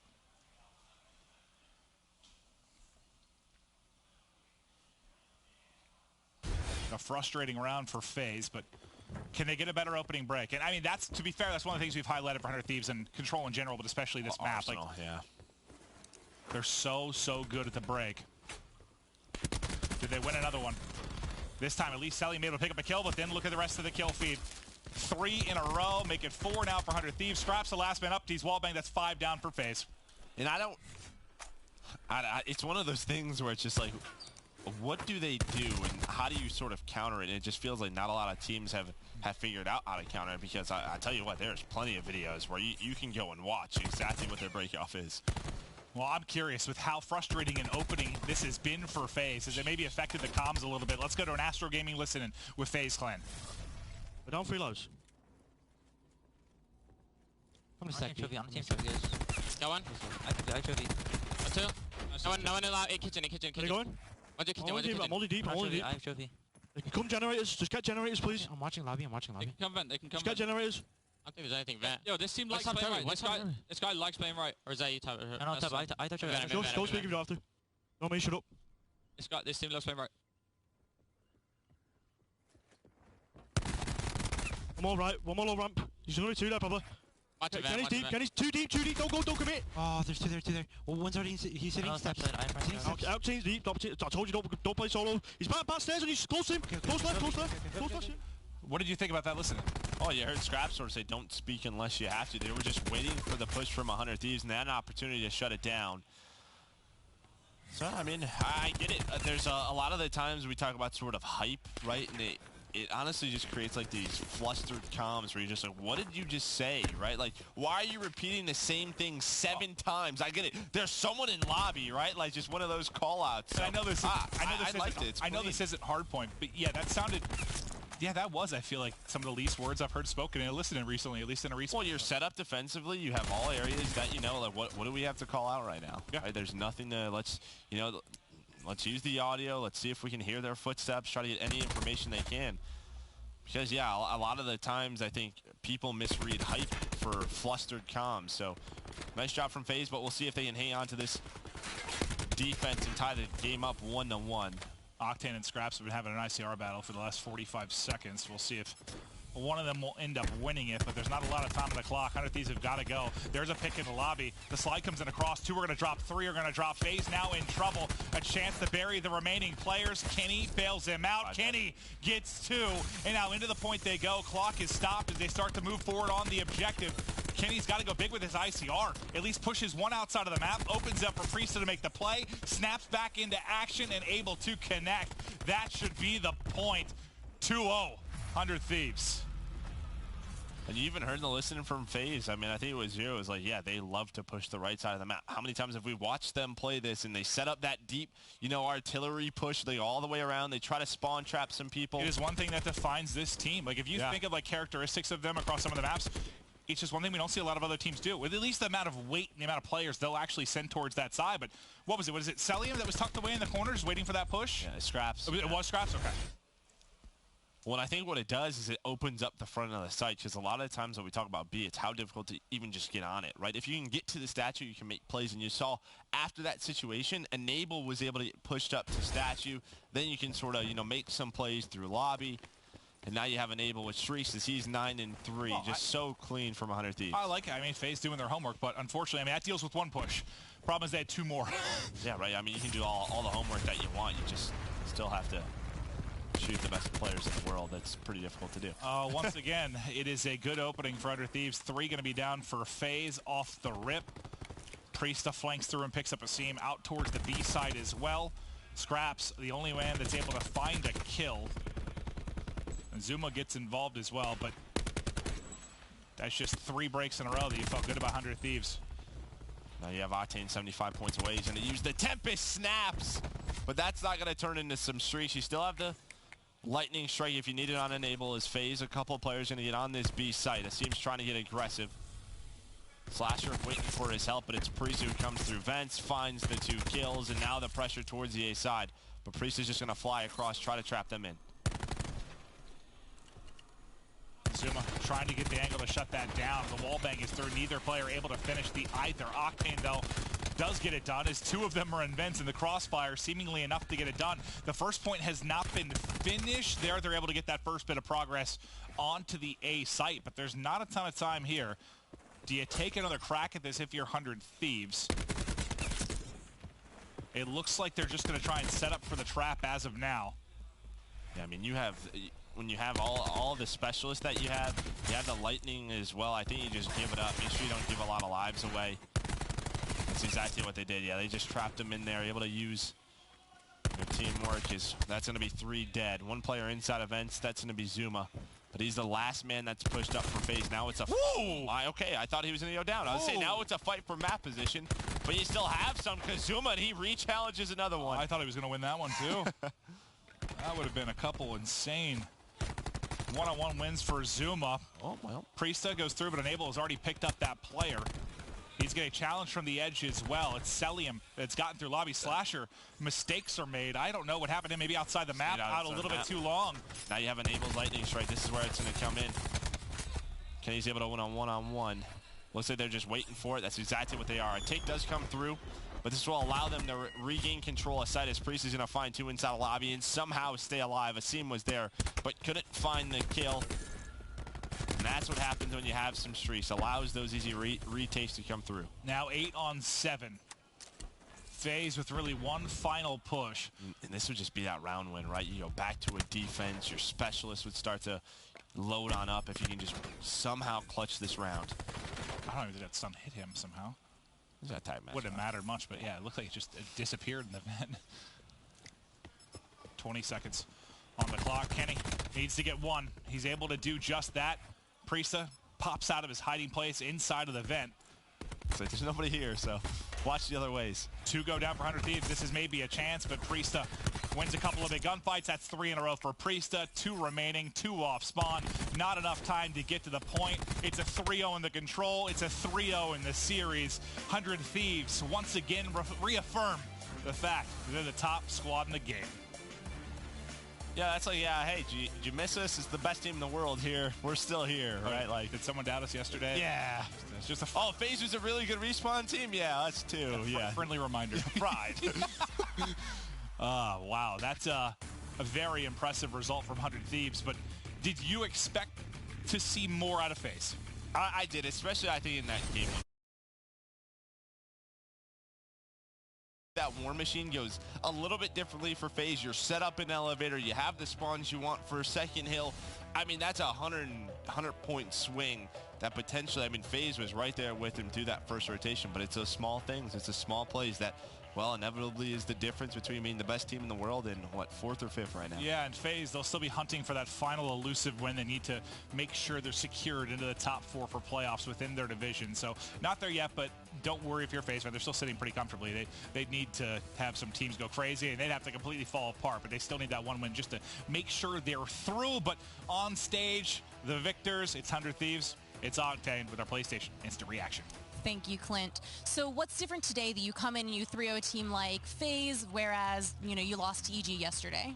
Well, yesterday we hadn't played in about a week. I mean, obviously that's no excuse, but I mean, we knew it was a kick in the ass a little bit to pick it up. So we came in, got some good scrims in. We were all late last night playing 8s and stuff. So we just came in. We knew this match meant a lot. FaZe is an incredible team, so you know, it's a good win. Now, S&D is the game mode that you said was going to be kind of a toss-up, and indeed it was really close. What was it that gave you guys the edge to win? Just the amount of streaks that we had. That's 2 gridlocks in a row that we've played since we've been here that we were up like 4-1, that we should have closed the map with ease, and we let both teams come back. So that's something we got to worry about a little bit. We'll go back and watch it, obviously, and then you know, Austin got a blood 5-5, and then we just dropped the bomb with streaks. So. Now, we chatted a little bit before this about how 100 Thieves is doing overall in the standings and everything, so how are you feeling overall with what's going on there? I think we're secured the 2nd seed regardless. I think Heretics and Splyce are both far enough behind us that it doesn't matter if we lose out or anything like that. So we're just using the league as some adjustments on our map pool, trying to play a little bit more than we usually do. So. Sounds like a plan. Thank you so much. This has been your PlayStation Instant Reaction. Over to Katie at the desk. Thank you, Jess. 3-0 from 100 Thieves on to FaZe Clan, coming back looking as strong as they were at Anaheim. And to that point then, Pac-Man, do you think this was 100 Thieves sending a clear reminder to everyone of just how much better they are? That was a statement series out of 100 Thieves. Like, I mean, Slasher came out, I'm pretty sure Joe said it. He came out hot because we were having this debate about the better ARs. He came out and just went crazy in that game. He went absolutely disgusting in that game. And then there was a point in the game that was huge, a huge turning point when he pulled out his War Machine on the 2nd rotation and nobody on FaZe had on Blackjack and he had the easiest 4-piece. Because he was going off, dude. Yeah, he was going off. I know he got it before they're expecting it. Like, damn, he already has it? But he literally pulled the back. But now you can press the back button and you can get this and you can check the score. Right. They have to be ready. That's a little worrying for FaZe. Now they've lost 4 of 5 respawns. We're talking about a team that we say is the 2nd best respawn team in the game. They got obliterated and have lost 4 of 5 in those modes. So I don't know. It's a little bit worrying for FaZe for me. Do you agree then? I mean, I just think in that series, like, Zero wasn't able to go against their ARs. Like, he just wasn't enough. Like, the AR power on FaZe, like, it's solid, but against 100 Thieves, it's not enough. You have players like Slasher, Octane, Kenny Priest pulls out that Maddox too, and they just start to take over games. And, you know, we see sort of FaZe's struggles right there on that last map. Like, there's just different AR play that can just take over for 100 Thieves at any moment, and that's why they're so deadly. That is true. So also, I think you would kind of focus a little bit on the S&D in our last discussion going into that. So kind of what fell apart there for FaZe? Was it the stuff you were saying, like Zero not being able to keep up, et cetera? I mean, 100 Thieves got off to a really hot start. They tried to come back into the map, right? But it's just like, it's such a tall mountain to climb. And we're at FaZe has made some improvements. We're talking about 100 Thieves who were fantastic at Search and Destroy at the last event. So they obviously know what they're doing. And FaZe they look good in the match like yesterday, but FaZe still has a lot of work to do. You can see players falling when they're not supposed to be, challenging too early and relying on one player to make an individual play and try to bring them back in the game. When FaZe were up 5-4, it was incredible plays out of Slasher. He made 2 huge island plays out of him. It was first started on that defense. He was sitting back, and they planted the A-bomb, and he was just playing. He knew that they were going to push through because his teammates decided to flank. So he just sat a deep corner knowing that he was going to be able to, at least they were going to push through their base, and he was going to be able to get that first kill. And even on that 5-5, he was the only player to play that B site, and unfortunately he caught Scraps off guard. Puts you in a number advantage automatically. And then he was just playing that island role so perfect on the end. FaZe Clan, they had, I'm pretty sure, like 2 sets of streaks. They just weren't able to capitalize on it. Yeah, to that point, like I was a little bit worried about, like, why did FaZe decide to send a solo flank on a defense when they chose to give up A-bomb completely? They didn't contest 100 Thieves at A at all, and then to send Scraps on a solo mission flank, that's a long flank. He had a long way to go. Got cut off way earlier than he was expected. Like, it's just a weird play call after 100 Thieves went A every single round. It was a weird decision out of FaZe to send him alone. All right, let's look at our schedule. We've been flying through the day. 3-1, a 3-0, and a 3-0. There you see it. Evil Geniuses versus Splyce coming up here in just a couple minutes. And again, I just said it, but today has been fast and furious. FaZe Clan falling 3-0 to 100 Thieves. And, of course, Units falling 3-0 to LG. And E6 taking down UIU. But coming up, our last series, EG versus Splyce.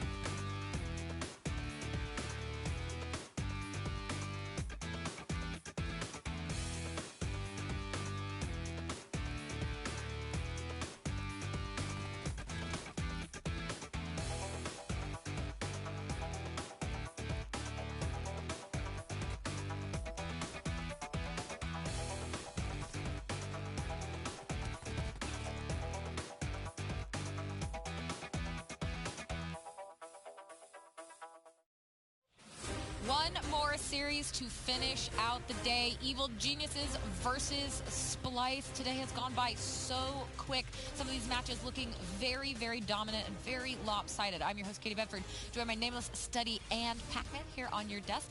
And now getting right into this, does this perhaps, Study, to you feel like more of an even matchup? I mean, yes, Evil Geniuses surprised us by taking down 100T yesterday, but 100T wasn't in top form. So going up against Splyce, you think this is a little more even? Yeah, I think Splyce are just coming in here just trying to learn what their team is going to be like. Obviously, with the addition of Hook, the ceiling is really high for this team. So they just need to be working on certain maps. Yesterday, they went down 0-2 and were able to win 2 respawns. Their Search and Destroy, they lost both of them. EG, on the other hand, they won both S&Ds. And just the good plays out of attacks especially, 1.3. And also accuracy, the new addition. Right. He was holding his own, 1.04. Him and Attach yesterday were the dynamic duo. So if they're able to keep that up throughout this series, and like I said, win those 2 S&Ds, it'll be a great series. Hold on. This is a grudge match. Yeah, let him know. Let him know. Splyce. What's the rule, bro? EG is going to win this match. They're going to win this match. When you drop a player, you inevitably get chokes. Look at what he has. He's going to drop like 17 kills in the search or something. I'm like, what? This guy never did this for us. Actually going to smoke Splyce in this match. Yeah, it's the same thing. It always happens. When Ant dropped me, I destroyed Ant. I remember that. And then I went to events and your team failed to even like... Yeah, but then what happened at IW? Knocked them out at champs immediately. John, First day. I'm saying, you dropped Jay. Every time he dropped me, I beat him. In a final, Pac-Man. It would have been the fastest record speed breaking. If my team made it to the final, it would even absolutely dominate you. You don't have the composure. What? If you drop Johnny T, have you ever come to 1v3-5-5 to keep you in a tournament? The fact is that you had to actually be in that situation. I made it through winners with ease. How many chips you got? Last time you won was in the single digits. I'm sorry we're arguing. You got carried by Formal all the way to the chip. Wait, Formal was not on my team, and then when we got to the finals of Ghost Champs. And you got obliterated. What are we talking about? You and Rambo were on the same team. You guys would have got first round. You would have got first round. Rambo Ray is an absolute legend. He was nasty. Don't compare to Rambo He was Ray. nasty, but he was more individually talented than you. And that's just saying false. something. All right, let's focus on this. All right, so in this series, I think EG will have the edge in the search and destroys, but like, I don't know if they'll have the edge enough to where they can guaranteed win 2 searches. Like, so yeah, I think Splyce is. Come on, man. Why? Okay. We've talked a lot about EG. We've talked a lot about you guys. Let's talk about Splyce. Pac-Man, Hook, and Temp, of course. Can they overcome the grudge of accuracy? Look at that photo. They look so happy. I think Splyce is going to end up being the team that contends with 100T. That's what I truly believe when I look at this roster. I mean, right now they're still forming. They beat FaZe in 2 respawns. Yeah. In their first official match together. They're going to be the real deal. I really do believe in that curse, man. When you drop someone, you always lose the first match. And it's a league match, too, so it's not the worst place to lose. This is an important match, though, right? Because they're still trying to make sure they get into the playoff bracket. So they're going to come out with the fire. They definitely don't want to lose to accuracy after dropping them. I mean, think about Splyces. They play at such an incredible pace. Like, all these guys, they're going to be a very fast team. Like, if everybody in your team is not on point winning their 1v1s, like, you're going to lose the respawns to these guys. So I got to give the edge to Splyce in every single respawn in this series. Like, I think that they win this 3-1, straight up. How much, though, Nameless, does that fire, perhaps? Unless that fire comes out. Right. How much does that kind of change how a player can perform? I think it more so changes. It can make you play a lot better if you like want to get revenge. Like, yeah, you should ask. Yeah, I mean, like as players, what does that do to your mentality? It just gives you the extra fire. You're like, okay, guys, we gotta win this, right? Like, I have to win this series. I mean, that's it right there. It's just motivation, and that can translate to your gameplay. But more so, I think it's the other team as well. Like, the team that's on the other side of that, they start to choke certain things. It's like, oh, we can't let this guy beat us. Seriously. Like, get in their own heads? Yeah, you get in your own head. It can you can make some mistakes and, make, uncharacteristic plays because you know that that's the player on the other team that you dropped. So that's kind of like the situation for both sides. All right, we've got an edge to Splyce, so Pac, you lean in? Realistically, yeah. Realistically, I think Splyce is the better team. Yeah. But just in this match, I think EG's going to win. All right. That makes sense. Steady? I don't know. I'm going to go Splyce. All right. Well, we will see. I'm going gunny. Hook and Temp or accuracy. Who will come out on name top? was clear cut. What? Okay. We are done with this death. They're going to keep arguing as we hand it over to Morgan Maven. Last series of the day. Joe, answer this. When Pac-Man and Nameless get arguing, do they remind you a little bit of like miniature, unathletic versions of Shaq and Barkley? Yeah. Just really tiny versions of them? Yeah. But Shaq and Barkley were like legends, right? Yeah, that's true. Charles and Shaq. Charles and Shaq were like good at their sport, though, right? That's true. That's true. So it's very, very different. Shaq was like one of the greatest all time. Barkley didn't. Yeah, I mean, he was pretty good too. That was great. Tough. Yeah, so maybe like I don't know. There's probably another death sweep. Middle of the tier athletes. Oh god, we're having fun. But for Splyce EG, I think Nameless nailed it when he said this is a grudge match. This you got to imagine very important to accuracy. When I talked to Looney on Hot Mic, he said the way it went down, Temp looked at Lamar and said, "I can't play this game with you. I can't team with you." So it came down to Temp to just be like, "I can't do this." From a gameplay standpoint, probably headbutting a little bit personally as well. But you got to think there has to be a drastic fire under accuracy. And then for EG, like, yes, the win was impressive yesterday. You beat 100 Thieves, but I personally did not put a lot of stock in that because 100 Thieves, you expect them to come out a little flat maybe for the first match without the first week of scrims, or with the last week of scrims.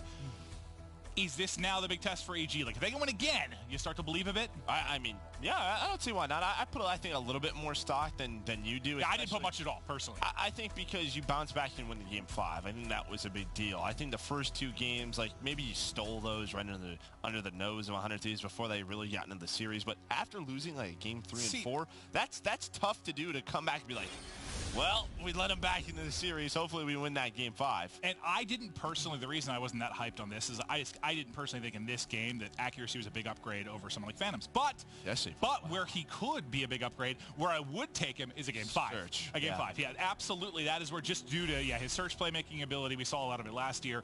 We know he has ice in his veins. He's told us that before. And he's a veteran. He's been around. I mean, here's the thing, right? Like, last year, accuracy was a top 3 AR in the world, right? So we just had such high expectations for the Splyce roster heading into this game, and we thought the ICR was going to be great. The fact of the matter is, the ICR, there have been a couple of ICRs that have figured it out and really figured it out, but there's still a lot of ICRs that are struggling. What I mean by struggling, 0.9s, right? Like, and that's what was happening to him. But maybe he's on a team now where he knows he has to focus more on his raw individual talent, because they can't, like, win with the Splyce teamwork that they had. They need more from him when you look at this EG roster. Speaking about the ICR role, I had a talk, I think it was Sunday night, with Formal, and I was asking him, with someone like accuracy that we saw really do really well last year, which there wasn't a lot of movement to it. Like, you could set up and hold a, cabin heady in that game and just absolutely annihilate. You wouldn't have to move. Exactly. In this game, since there's so much more movement, since there's so much more stock speed with some of the weapons, since there's a slide, all that, I was asking him, is it really just like, is it on the right thumb? Like, if you're just way more accurate, is that what it comes down to? He's like, not really at all. Like, it is so much positioning, just like last year in that sense. Like, even more so, he's saying positioning is everything for the ICR. So, I don't know. I mean, I'm excited to see if this EG team can work out.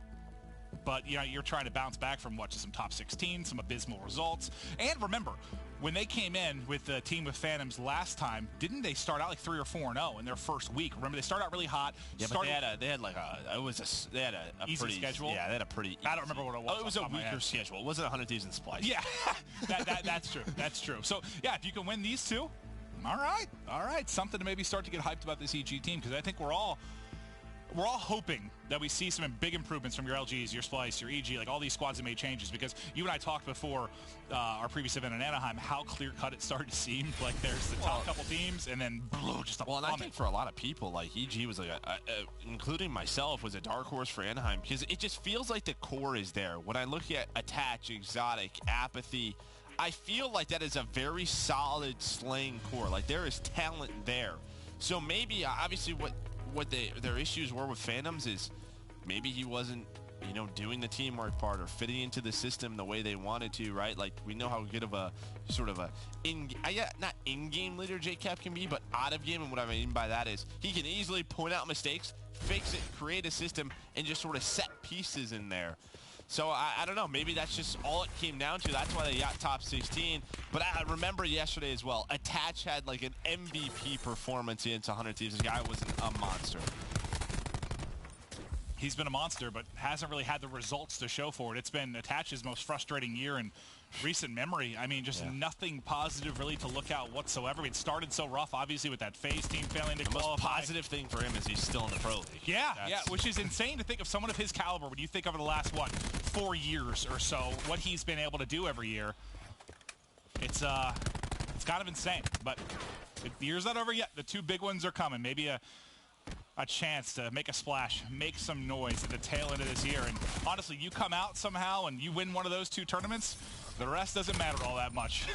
No, it does not. And for a lot of people that were wondering, there was still a lot of discussions. Are you going to give Jared the ruin? There's people who think he should be running it if he's going to be that main SOG, but they're still giving the grapple over to Hook, using that Flex Maddox, trying to play his life. His teammates, they have control of the hill, but he's being hunted down. Can he find a kill? He cannot. Apathy's going to win one. Watch number 8. That's JCap setting up a pinch. Big one-on-one, but Temp guns him. You have to be able to win that gunfight. If you win that, JCap sets up the pinch. He spawns 2 players out. It's probably a break for Evil Geniuses. Instead, it might be a pinch against them as who's starting to work the flank once again. Well, they answer back with 3 kills of their own. So they'll get right back into the hard points. They're not going to be punished too much for Temp's turn and burn of JCap, but basically a tie game. Splyce will get back in. It's been a hotly contested hardpoint, very back and forth at second. One player from either side has started to rotate across now. Is it the deep tree spawn for Splyce and close at the back courtyard for EG? A 2-on-2 now going down, and next is Exotic with the position. Apathy trying to win his one-on-one as well. Exotic just looking for the angle to give him some help. I thought he was going to over-challenge there and finish the kill, but I think he was worried about more players coming in off spawn. 2 for 2 split thus far, but it's Splyce now into the hard point. Is the surround starting to come in from EG? EG has to go. They have to go right now. Hook wins the first gunfight. You had Temp and Looney who spun all the way out near underpass, and it was a 5 versus 3. But it comes down to a 2v2. EG, Apathy, and Attach, they do a good job. I got a little bit nervous for them, but they win the final 4 gunfight. They had the numbers. They were able to take it. Maybe not as clean as you would hope, but the end result is the objective time is theirs within the hard point. JCap picks up Hook. Nice little slide across. We'll get the second in Aqua as well. One more player here. Temp gonna drop 3 in a row there for Cap as he pushes out to 9 and 7, and this will be near a flawless hold from Evil Geniuses. They're now up 20 points with 10 remaining. It's Attach and Exotic. They're starting to push over towards Broken. This was the map that Splyce played yesterday in their first match against FaZe. It was a very, very close one. I think it was a 10-point game. So back and forth action so far. Splyce going to get on the hill. You have EG spawning where they want, but can they get inside? Apathy winning a couple of big one-on-ones. That's the second multi-kill we've seen from him already. That's a good sign if you're an EG fan. As he's 11 and 7 on a 4 spree, and that's going to be control of Broken for EG. Just able to slide away back into Ice Cream. Did he keep the streak going? Looking for the angle, will get caught as he slides across. One had pushed up the semi, one looking at him from Sushi. The streak will end there, but Exotic will locate 2 inside of the hard point. So now this is everything you want. You chain together 2 and 3. A lot of times that can be the big separation within this particular map and mode. EG does it splendidly. The lead now massive is what Splyce was up 20 or so early. It's been all EG. There's been barely any points whatsoever for Splyce over the last 2 minutes. Couple of kills come in from EG as well. We'll see if they can get a pinch onto this first hill. Accuracy in the top window does find one. Apathy now just going to fly in, try to contest. Can he find anything? He's able to connect with one, and now you have Slam as well if you want it. Is he going to use it right here? I think he thought about it, tries to slide over, but gets taken down. Holds on to it, will end up punishing him. That's 3 in a row now for Splyce as they'll get into the hard point and finally accruing some time. Nice shots from Aqua to rip down Accuracy, who's had a slow start. He's at 5 and 10. Rock and roll with the ICR. 15 and 10. And well, that's why he's winning. Yeah. He's winning those one-on-ones like that. But yeah, look at just the 10 more engagements for Aqua on the map right now. But you still feel fine if you're EG because he's still got the lead. There we go. They'll break in for the final 15. Now we'll shift focus over to the next hard point. Looney, nice one-on-one victory. One of his teammates will drop, though. He's got a push, and he's able to find it. Gets caught tossing a trophy, though. The trade should be there. I thought for a second Temp might get smoked, but he'll be the last one standing at next. Trophy there for cover.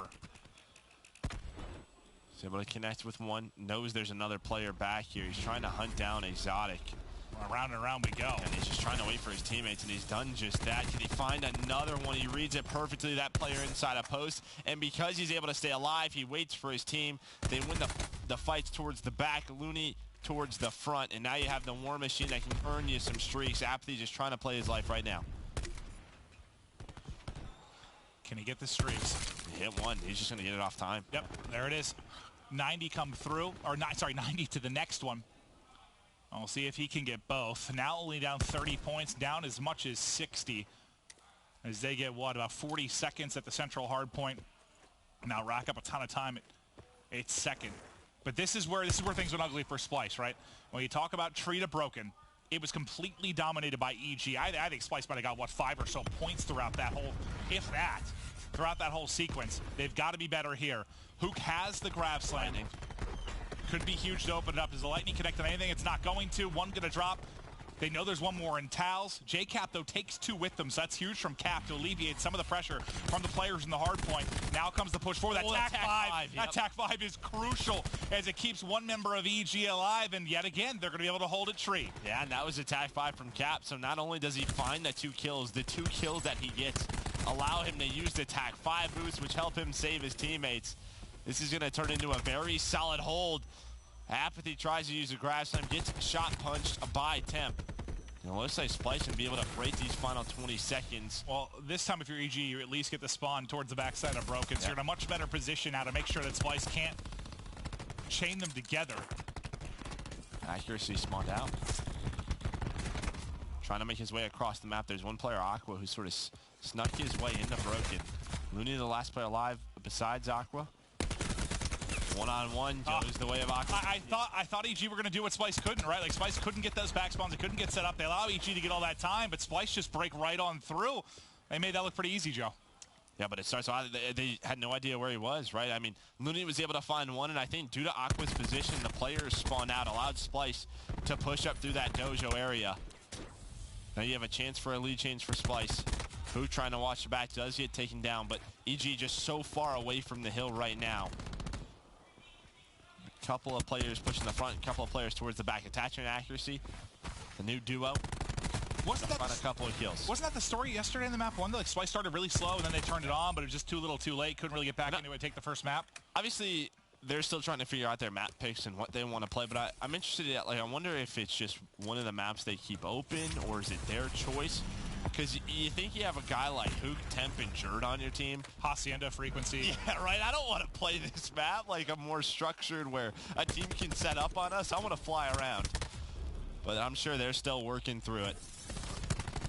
All tied now as we go back to top middle. Splyce, though, in the hill. Temp. Aqua and Looney, find kills as they get set up. Splyce now up 10. They were down as much as 60, but now making a run. Let's go to an Astro Gaming listening with Splyce. Oh, what's behind me? I'm backing up. Put Corey deep. I'm getting out.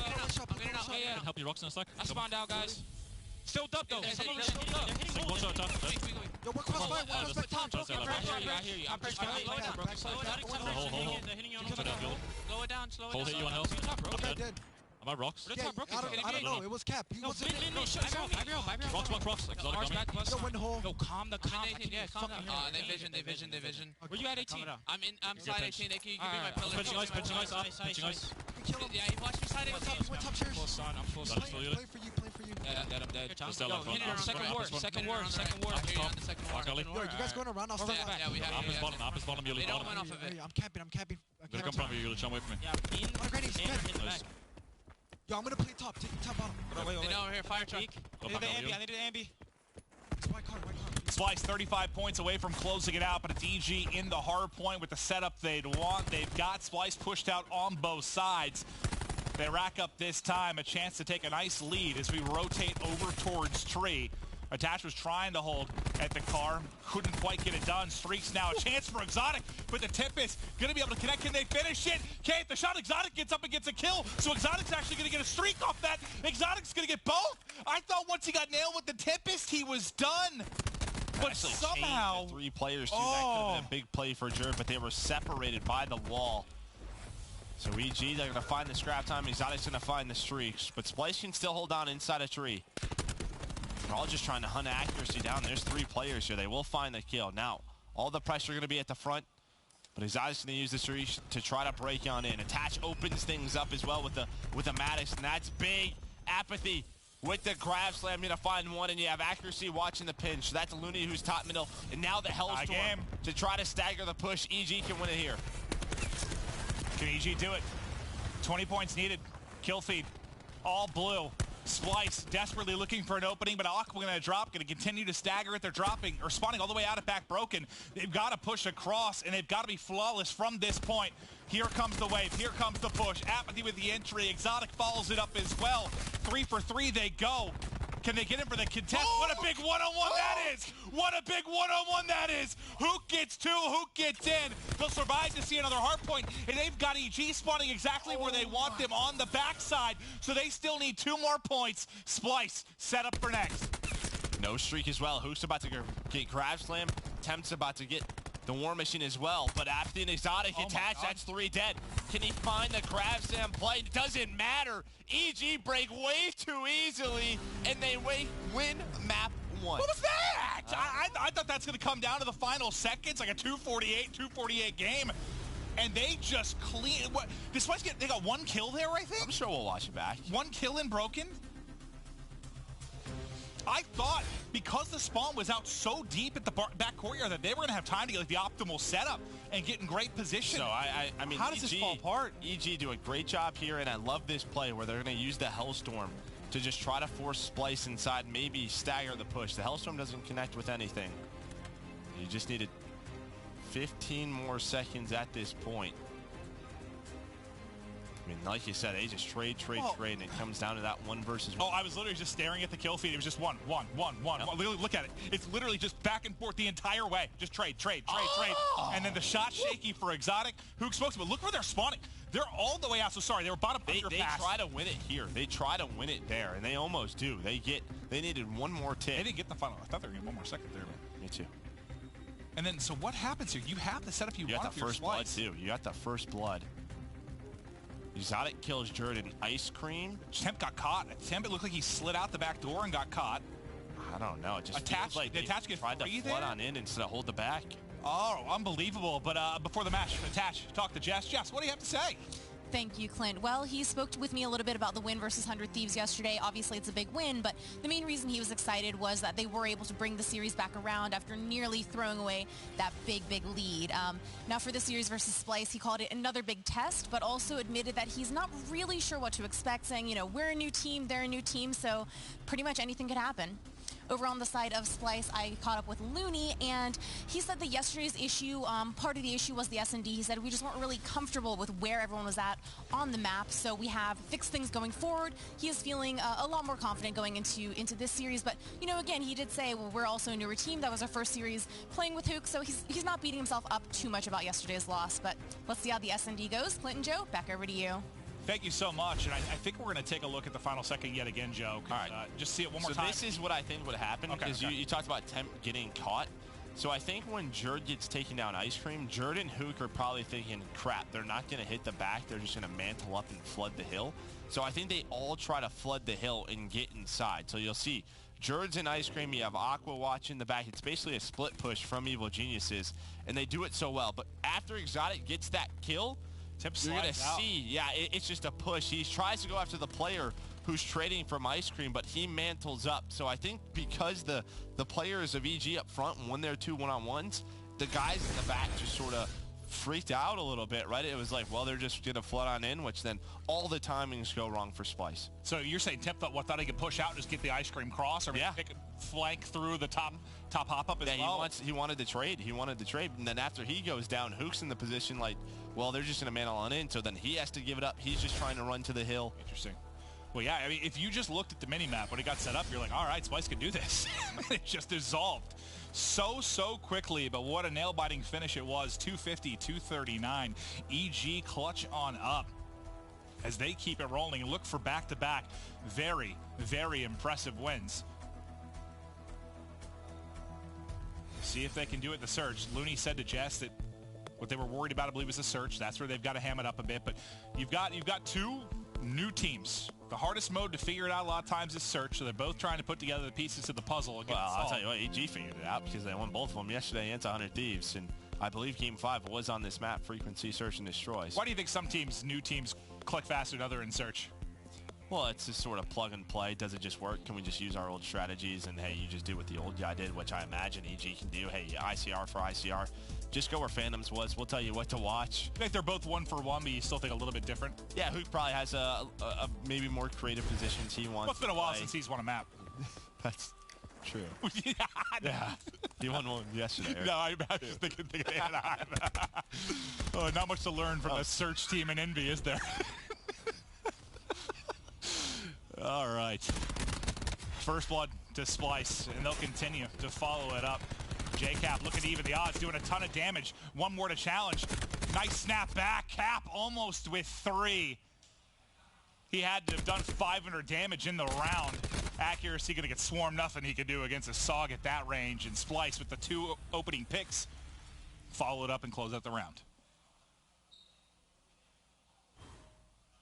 Yeah, but to your point, I imagine even with like Splyce with Nolson, they probably still weren't comfortable on search, right? Like that was probably this one game mode. It was very much on the fly. So, you know, you had accuracy in that position. Maybe Nolson took that spot, but maybe played a little bit differently. For EG, you lose Phantoms, but all your strategies, the ICR goes to the same spot. You just tell accuracy where to go. Sure. Where Hook's coming on, and you want Hook to kind of do what he wants. So where do you like to play? So you change your S&D around him a little bit. Well, this looks like the first hard point. Who will be left standing? It is everybody on EG. 3 left. Temp, where did my team go? They're all dead. So Temp now going to have to clutch the 1 versus 3. Can he get a fortunate timing? He cannot. JCap goes vertical, catches him at balcony. EG tied up 1-1. I mean, there's not a lot of analysis to go into that round. Oh, no, it just looked like the opening hard point. It comes down to the front, the start, and, well, who gets the first blood? It's Cwl Geniuses. I mean, they were just ready for it. Typically, that's a pretty hard counter from the defensive team, but usually you don't expect 4 or 5 there from offense. Usually it's 2 or 3, 1 guy window, maybe 1 guy pipes. Maybe Splyce just caught off by the number of EG players there. Yeah, I think they were. They went for it. They absolutely went for it. To the opposite site we go. Offense to Splyce. Right up mid-map goes Apathy. Oh, my God. I thought for a second he didn't spot him. Maybe get that kill? I have no idea. Maybe he got a little bit of fog of war to even snap there in the first place. I didn't think he spotted him when he first went into the window. 2v2 it comes down to. Bomb planted. Now 40 seconds for EG to work the defuse. Accuracy spotting from top middle. His teammate's going to slide on out. Looney just biding his time. Oh, I thought the timing was going to go against him. He's not biding going to see his time. anything. And yep, the timing does go against him. I thought he was going to have a freebie at first because the Tempest model. Wait, that stun didn't hit anyone? Okay. Hold on. All right, well, I thought that was going to connect with both of them, and Hook was going to have a free kill. Instead, it doesn't, and he dies. Round EG. Anyways, it was a 3 versus 2, and I don't know why Temp was top window and why he got picked off by accuracy when his team's plenty at the B site, but Temp should not have gotten picked off in a 3 versus 2 in that situation right there. This kill. Oh, no, this is the start. Yeah, I think that's just a trade that comes out on Aqua right after he meleeed Apathy as he gets into the top. Oh, no, that's a kill. No, we didn't see it. We didn't get to see it. It's a 3v2. Maybe he's trading one. I don't know. Anyways, his teammates were on the other side of the map. Maybe just need to shoulder it there, get some information. Don't need a wide peek across. Nice little wall bang there from accuracy. I mean, I don't mind having guys on top mid. You just can't get picked. Yep. 175 off streaks is exotic. Apathy gonna try and be the predator at mid-map. Wins the first blood. Hook there for the insta-trade. 4 versus 4. Splyce pick up another one, though. Exotic has to try and back away, playing those streaks. Not going to be able to do it. He's hunted down, and that is bombed down as well. They wanted to set him up for the plant. Not able to do it, but some fancy shots there from Attach as Looney can't get behind cover. Accuracy is alive as well. He's right next to him. Does find a kill. Yeah, I was just, telling the future. But a nice aggressive round out of Splyce. Ties things up. Really seen a lot of aggression from either team in most of these opening rounds. Yeah, I remember yesterday, I think it was EG and 100 Thieves. What EG did on offense a lot of the times is, you know how a lot of teams play under a ladder, right? Especially defensively, They'll set 2 teams up, and EG set like a delayed ladder hit, like multiple offensive rounds just behind 2 stuns, and like consistently would catch them off guard. So we'll see if they go to that play as the map goes on. 2-2. Splyce want to get aggressive towards A. There won't be 5 players here from EG this time around. Hook shouldering. Hook spots him. Trophy not going to help. He's on the backside, but accuracy continues to hold with it. Exotic and Apathy up mid. Exotic. 4 kills somehow from the top window. Just shuts down everything. Aqua, let's give that kill to Exotic as well. What was that? I mean, I'm sure we'll watch it. I think they... Do you think that might be the best play? Well, I'm pretty sure they all just ran out of elevator top middle. Like I think there's one top window and the rest just jump out. He's like, hello, hi. No one even shot him. He didn't take 1 bit of damage. They just trapped him inside of elevator. That looked pretty easy for him. No, I would love that. Yeah. Line up anyone would love that. Shooting fish in a barrel. Why are 4 players jumping out of elevator to top middle? I want to surprise them, Joe. Yeah. I get it. Exotic just spotting. I think he's got eyes on 2 now. And they're going to go for him. They're going to try and push this out. Does he have help at back at balcony? It's accuracy. He's able to peek. He gets 1, but ends up dropping as he's the only guy that really had any kind of position to help out Exotic. Apathy, nice pick and slide away to get out of harm's way. Well, with the aggression on that side of the map, Apathy and Attach, they just go up top middle and they find that kill. The difference was, right, Accuracy had enough information. He kept Exotic alive, plus found a kill of his own. So you have a man advantage for EG. They're planting the bomb. It's Aqua and Looney. We'll see if they'll be able to clutch. But you love that response from Apathy and Attach. They're not being reactionary. They're taking it to Splyce. And it looks like they're going to take this round as well as Aqua. He's going to get taken down by Attach. Yeah, I don't know if Exotic had to slide out and challenge that. Maybe get the Hellstorm. Just get a bullet in and stay up. I think he dropped before, right? He just got the Lightning. Maybe an unnecessary challenge, but I think he's feeling himself after that 4-kill round. I was in my head, I'm like, please just bait your teammates. Please just bait your teammates here. let them push out in front of you. EG. They take a gut-wrenching game 1. They're in control now of the game 2. A chance to win 2 in a row with this newly formed squad over 100 Thieves and Splyce. I'll tell you what, I didn't put a lot of stock in the win yesterday, but they came out here and 3-0 Splyce. I might have to start to become a believer a little bit, Joe. Yeah, Jordan Attach, they're going to trade some kills. Both of them find 2, so 3 versus 3. Yeah, I mean, I think a lot of people, and obviously, it's just league matches for them. They're still just, they have a lot of work to do. I guess I can't be a believer until I do something in Miami, right? Right. And unfortunately for them, they have to go through the play-in bracket. Yeah, Miami and champs, but that's a couple of big wins. But a lot of us thought, yeah, it was just going to be a lateral, just not a huge move. No, I didn't. But I'm totally glad to be wrong if teams play better than I expect them to. That's a good thing to be wrong about my eyes. Please, give me better Call of Duty. Absolutely.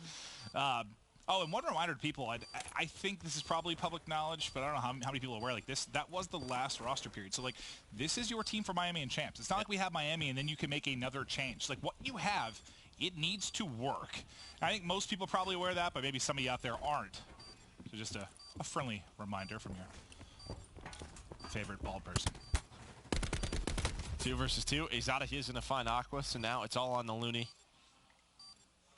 Nobody on the bomb yet. 15 seconds. Apathy is going to peek the corner at the right time and find the kill. But I think that it was obviously a shorter roster move period. Were you surprised how much happened considering it was 3 days? Yes, I think people freaked out. I think it was desperation mode, right? There's some rosters I'm just like, what? Yeah, well, I think what did Cap tweet yesterday? Something along the lines of, there's a lot of people speculating about changes. All the changes, people think they're going to get better. And maybe we don't in certain cases, but they do. So I guess that's the part that matters, right? You don't make a team change to get worse. Yeah. But I do think there were some moves that weren't thought about like for over a couple of weeks because I think people just freaked out and was like, all right, what's the best thing I can put together? It's a scramble. Didn't have a lot of time, yeah. No, I didn't think it would be as much of a whirlwind as it was, to be completely honest with you. What was the total? Was it 8 teams that changed? Half of them? Somewhere in that ballpark? One more round now needed for EG.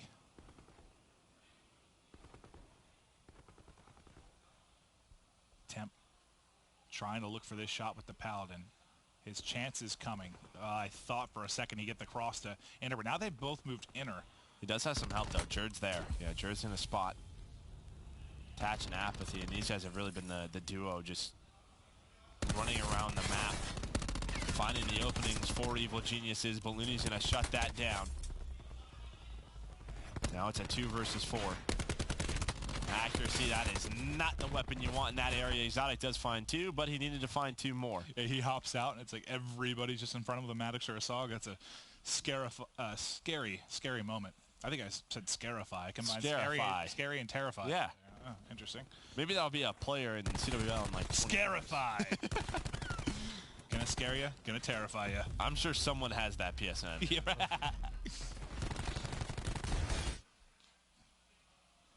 haven't done that in a while. It was like AW where I combined words. What was it? BioLink for BioLab uplink. I would just combine words all the time on accident. You think I'm getting smarter? Nah. You were just in a different state probably at that event. Probably. I'll see if EG can get it closed out. Exotic, he's 11-4, so he's managed to do what we don't see that often. That's a crew specialist weapon within this search and destroy. He's got the Tempest to use. Cap gets stunned, and Splyce wants to push behind it. JCap just able to get away with his life for now. I just nade as well, but he's 2 HP. Finally has him out. The accuracy flies off the top ropes. Think he's Batman.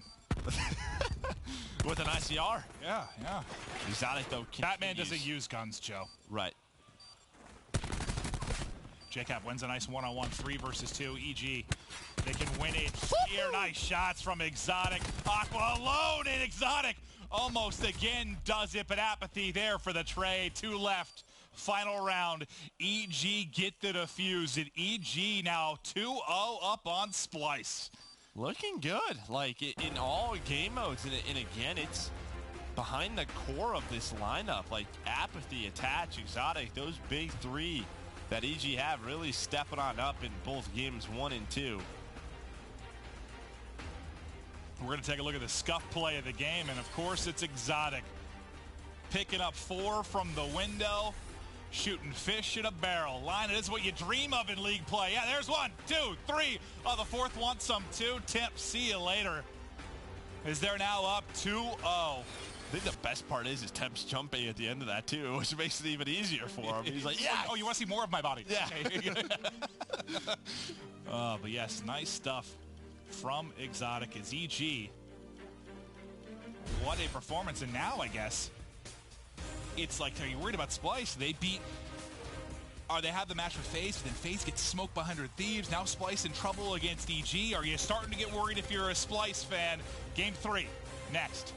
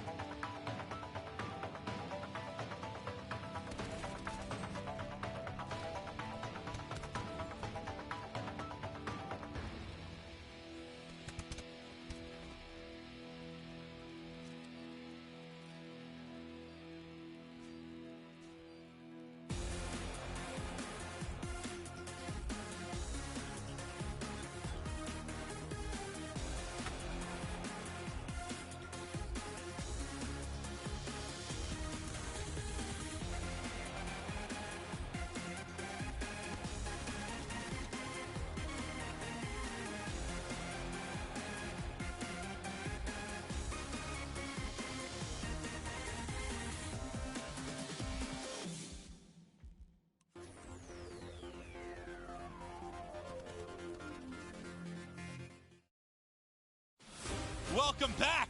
EG up 2-0 over Splyce. Splyce, the team everybody's so hyped to see on land, so hyped about. Something a lot to be like a top 3, top 4 team in this game. Some struggles early.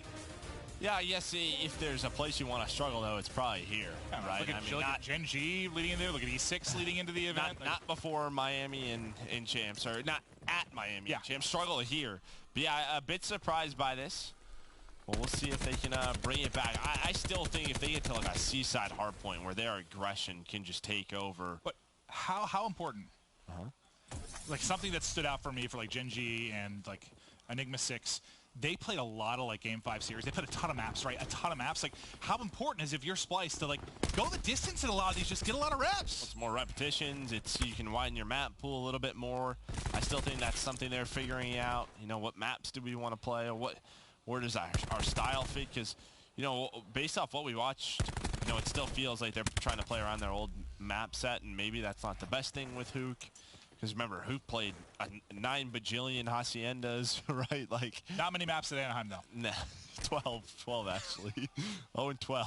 Okay, that's the last joke about that, I promise. I'm down to bring it up. That doesn't happen often. I think we can bring it up because it's an anomaly. 0-12. It's not good. It's last. It is, Joe. It is last. Oh, dear Lord. Yeah, it's interesting too because you get top 16, so you're technically like what 13 through 16, but you got 16th. You get top 16, like you got 16. If you don't want to map. There's a tiebreaker, yeah. All right, that's the last time I bring it up. 3 life advantage now for Splyce. Aqua trying to lock down this lane with an ICR. AG's already got the first point, now trying to build this push to the second. They've done the first step. They got control of Broken.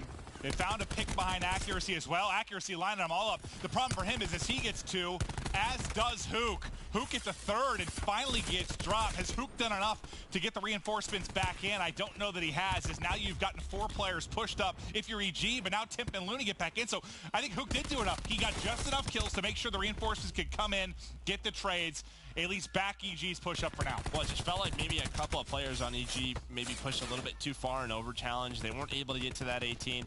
They pushed up past the pillar. I think it was Attach and Accuracy. Tried to maybe just cut off the reinforcements for Splyce. They end up losing those gunfights. What happens when you lose those, you lose all of your map positioning. Maybe if you can just stack inside of Sushi, you can play behind that green card. You can get a solid push. And the good thing for EG, because there's no map position from Splyce, you just have that close back galley spawn, and now 1 takedown, it's a 7v6, and they have all the B control that they want. It looked like, who was it in the back box? Like, tried to peek and get their shots in, but they crouched on accident, almost looked like, and couldn't connect. But Splyce, they broke him back in, now a 4v2. What a thing of beauty that was to get back in, get control, and stunt the growth on the objective from EG. Now it's all on Accuracy and Attach. With just under 30 to go. The pinch is coming in, but Hook has got the read. Attach is a worm. He's very sneaky. He's very sneaky. They might just push out his teammate, though. That's the problem. Jerd goes flying. He gets taken down. Attach does find 1. Now a 1 versus 2. He has a cluster. Oh, I thought he wins that. Looney picked up an ICR. He picked up an ICR. Wow, I thought he had a chance. Yeah, I saw you had a cluster just pop too. If he wins this first gunfight, he still has time. Can probably heal, wrap the 18, maybe get on the point. He did wait. Like, the timing was perfect in the sense of they just turned, thinking they're all at the front. The flank's not coming. They're going to push together. Well, I like that from Splyce, though, right? They realize, all right, Accuracy's obviously the only one here. Let's just fly at him and trade. Attach, like, I feel like he had the positioning to do it. Just not, like you said, the ICR of Looney ended up being the problem. But he wins the first one, backs down for a second. He can maybe wrap, get behind the pillar, a chance of finesse. He has the cluster. There's a good round run from EG, but I think it's one they probably should have won. That's one where you go back, watch the VODs. Where did we mess up? Maybe who over-challenged? Was it just a gunfight that went wrong? Whatever it was, they almost steal an offense right away. Well, EG, behind that first blood, might try to retake this. They will. Exotic tries to fly in. The wall bang here from Aqua. He gets all the hit markers he can want. JCap's still here. Does find 1, but gets taken down. So the retake stopped. Aqua somehow managed to not even hit his teammate. Impressive. Now they're rallying across. Apathy's going to get caught. This could snowball quickly if they can get into position through Broken. Accuracy, the best chance to shut it down. At least picks up one for his efforts. Attach has got to be careful, though. ICR tagging him up at range. Now gets him on the cross, though. What a play. What a finesse there from Attach. Nice shots to stagger the push yet again. Tip and Jur get the kills off of spawn, but nice job for Attach making sure they couldn't just rally that quickly through Broken. And nice play from Apathy. Just grapple away, play his life. Wait for his teammates. Jur 300 off of streaks. He's going to get taken down.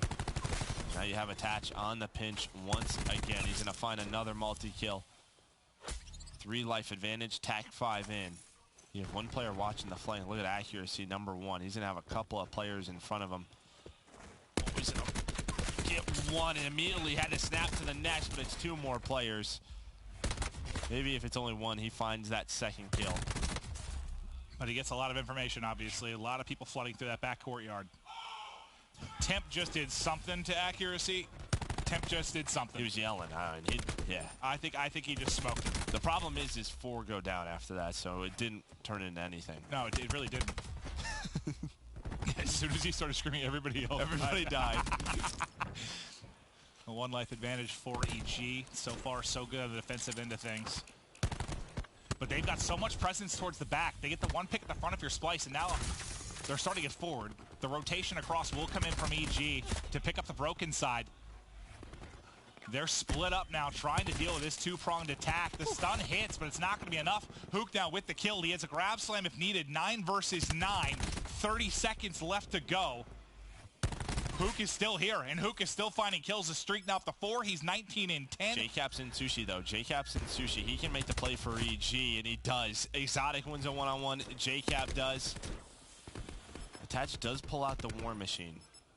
So I guess a small win for Splyce. It's going to be a waste of 1 specialist, but they should lose the round in a 5 versus 2. Hook and Looney. Hook, by the way, 20 and 11. Yeah, no, he's having a It's been a lot of fun to watch him run around with the Maddox. But EG do respond. I mean, another opportunity where the offensive team had a chance to steal one. But this goes 5 rounds. He's dropping 50 plus. I mean, that's what he's on pace for right now. Not shocked to see the best play go to Hook. Nice snap for the first. Knocked at 22 HP. Still able to heal up in this one through the stun. A thing of, you're thinking on the other side of that Fury EG, you're like, oh, I got him stunned. I got a free kill. No, I'm up. But it was right here. I think if Temp's able to stay alive there, they have a chance to win the round. But Temp gets taken down. And then JCap was alive in Sushi while Hook was alive in 18. So I think Hook was in the position of a 50-50. Like, do I help my teammate on Sushi, or do I turn around and just play my life? And I think he got caught because the Exotic mantles behind him.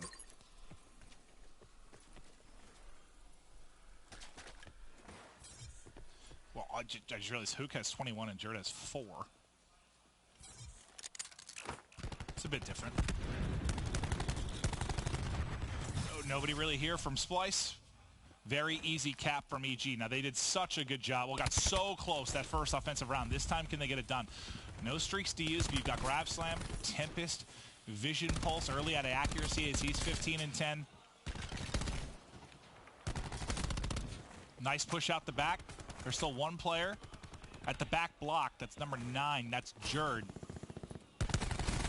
On the other side, it was Exotic trying to get through. Goes 1 for 1, but a second player there. 3 now going to drop from EG, and that'll bring us square in the lives department.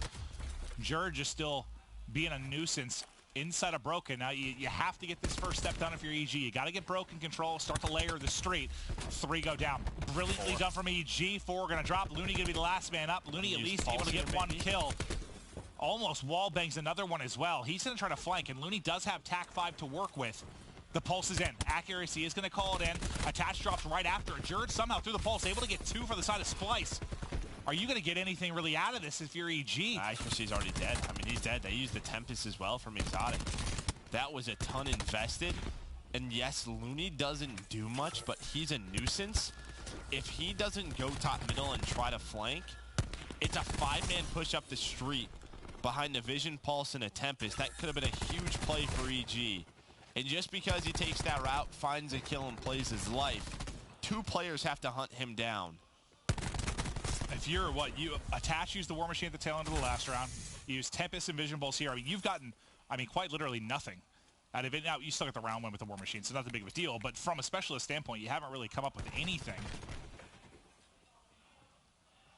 I mean, they thought they had the round with 4 dead. They were like, we're going to pulse this, get these guys off spawn. But Looney just delayed 2 players for so long. Fantastic play from Looney. He's going to call on the TAC 5 as well. Going to be the opening for Hoot to go hunting, but loses his tracking a bit. And JCap able to shut him down. 3 kills through yet again for EG. Another chance for them to get in. Accuracy lines up 2. Hook and Looney, though, doing their best to make sure they can't get in. A presence here, at least. The grab slam maybe doesn't pull the trigger on it. Accuracy, I think, ended up with 4 or 5 in a row, doing everything he possibly can. Jur's shooting everything but the EG players. Those shots just are close. Attach is just laying, trying to stop the clock. There, he's going to get caught. Now he hits the shots. Jur makes it count at the tail end of the Tempest. Nice shots to close out the round. There, 2 are going to chain. Just go punch him. Oh, the song works too. Jurd, 4 in a row, 200 off streaks. I knocked his first few shots, but when it mattered, he goes big, and Splyce get the round win. Well, it's another skirmish on the B zone where Accuracy did such a good job at the ICR. He found 3 or 4 kills by that 18. I think he ended up with 4, yeah. And then I don't know. It just felt like apathy. It almost was like, okay, my teammates went down as he started to grapple, so he doesn't want to pull the trigger on the grab slam. But yeah, it was here. This play, he finds 2 kills, and then I think he finds 2 more. There was the grab, but someone else went down. So I think right there he was thinking about the grab slam, but it doesn't come in. Well, I feel like I almost felt Apathy's brain there, because you saw him just he just didn't do anything. He was thinking about it, and he's like, didn't snap, didn't shoot, didn't call it in. Just too much going on, right? Yeah, just oh, that's why it's one of the tougher positions to play in the game, right? See if Jurd can get these streaks. Splyce now a round away from extending this series. Different luck off the start. The first we've seen turns into 2 kills. Oh, this could be massive. How many points can they actually get? Jurd gets the lightning. I'm actually surprised he didn't streak off spawn. Well, that's one way to make sure he doesn't get a Hellstorm and also retake control of the zone. I'm actually so surprised he doesn't streak there. You get 2 kills. You have a chance to really slow the push down. You can stack the point and use the lightning strike to force them into post to basically clear back 18, but it doesn't work out. We'll see if Jurd can make a play with the lightning later on within this round or within this game if we go to a 5th round. Splyce focused now on the A site. That'll be locked down quickly. They're actually just going to leave 1 or 2 there and have 2 push out the back. Exotic hits a stun, though. One of the players full stunned. That's going to be, I believe, Hook. I love how you can just tell they're just high-fiving the wall for an hour. They're very slowly finishing A, but, I mean, it doesn't really matter how fast you get it. It stops the clock, right? So it's been stuck at a minute really this whole time. Exotic trying to contest as long as he possibly can. Well, what is that? How you what, 50 health or something from that spot? The fact he gets 2, really unreal, but the point will then be finished. 2 minutes to work with now for Splyce.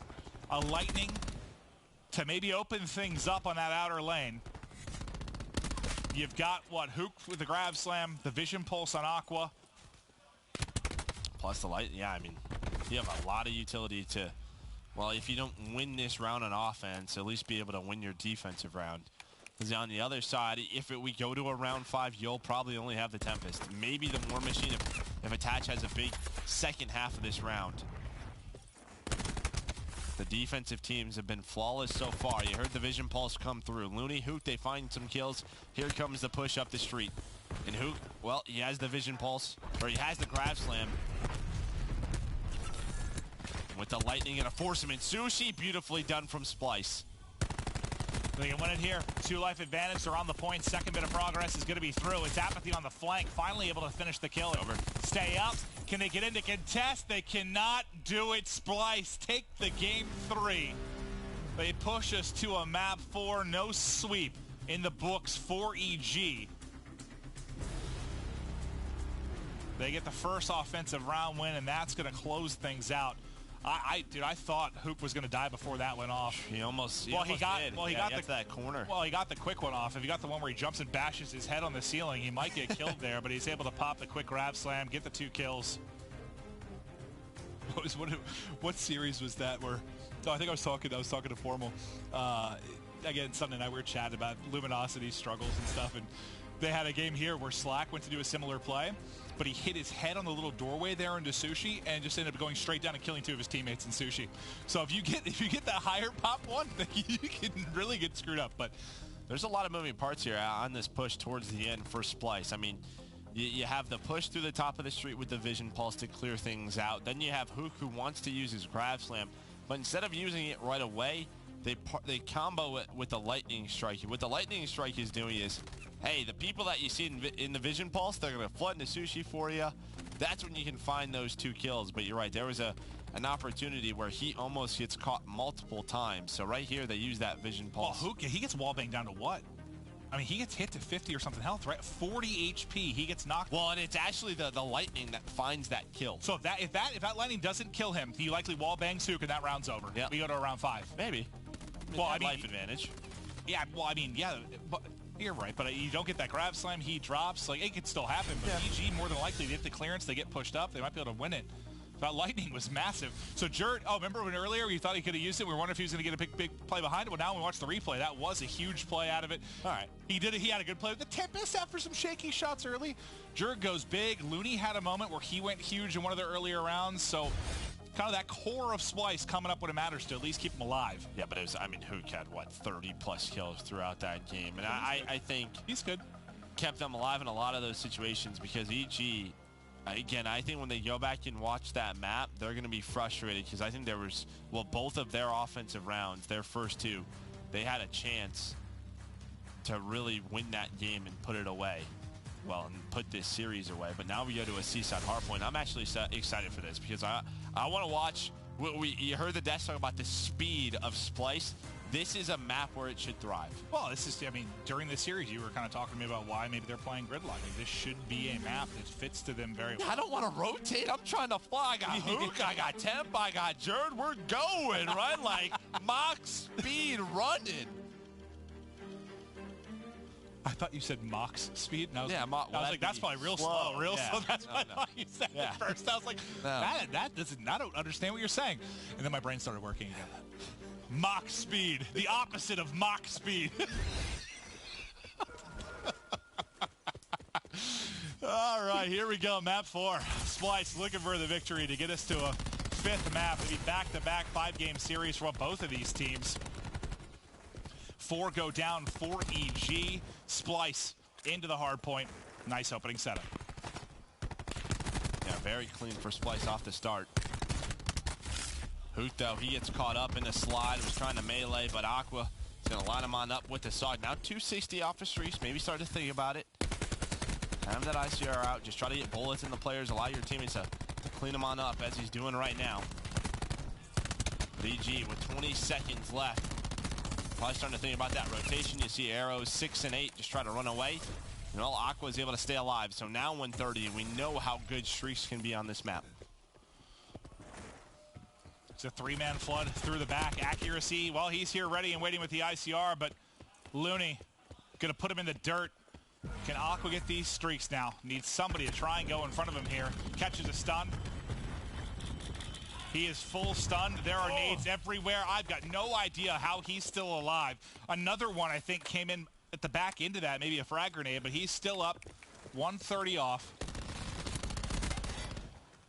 His teammates just keep dropping in front of him. He can't find an easy one-on-one. He's got 2 to deal with in church. The positioning ends up working out. The trade trying to come through. He just shot a dart at him. You got the streaks. Got the lightning strike. And that's exactly what you need. Finds the Hellstorm as well. And Temp is there to clean the kill on up.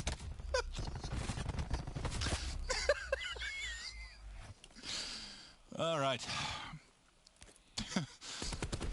55-27.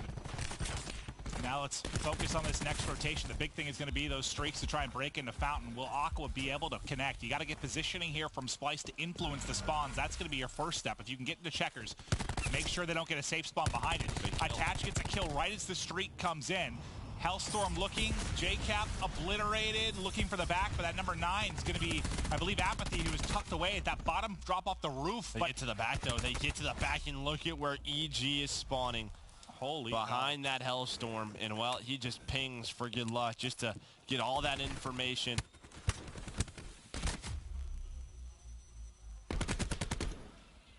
What a break from Splyce, as Aqua took him forever to get those streaks, but he was able to get them. And I was literally going to bring up, like, if there's one map where, like, you just, you know, we always talk about those players who are in those situations where they play for streaks for so long, it's like a detriment.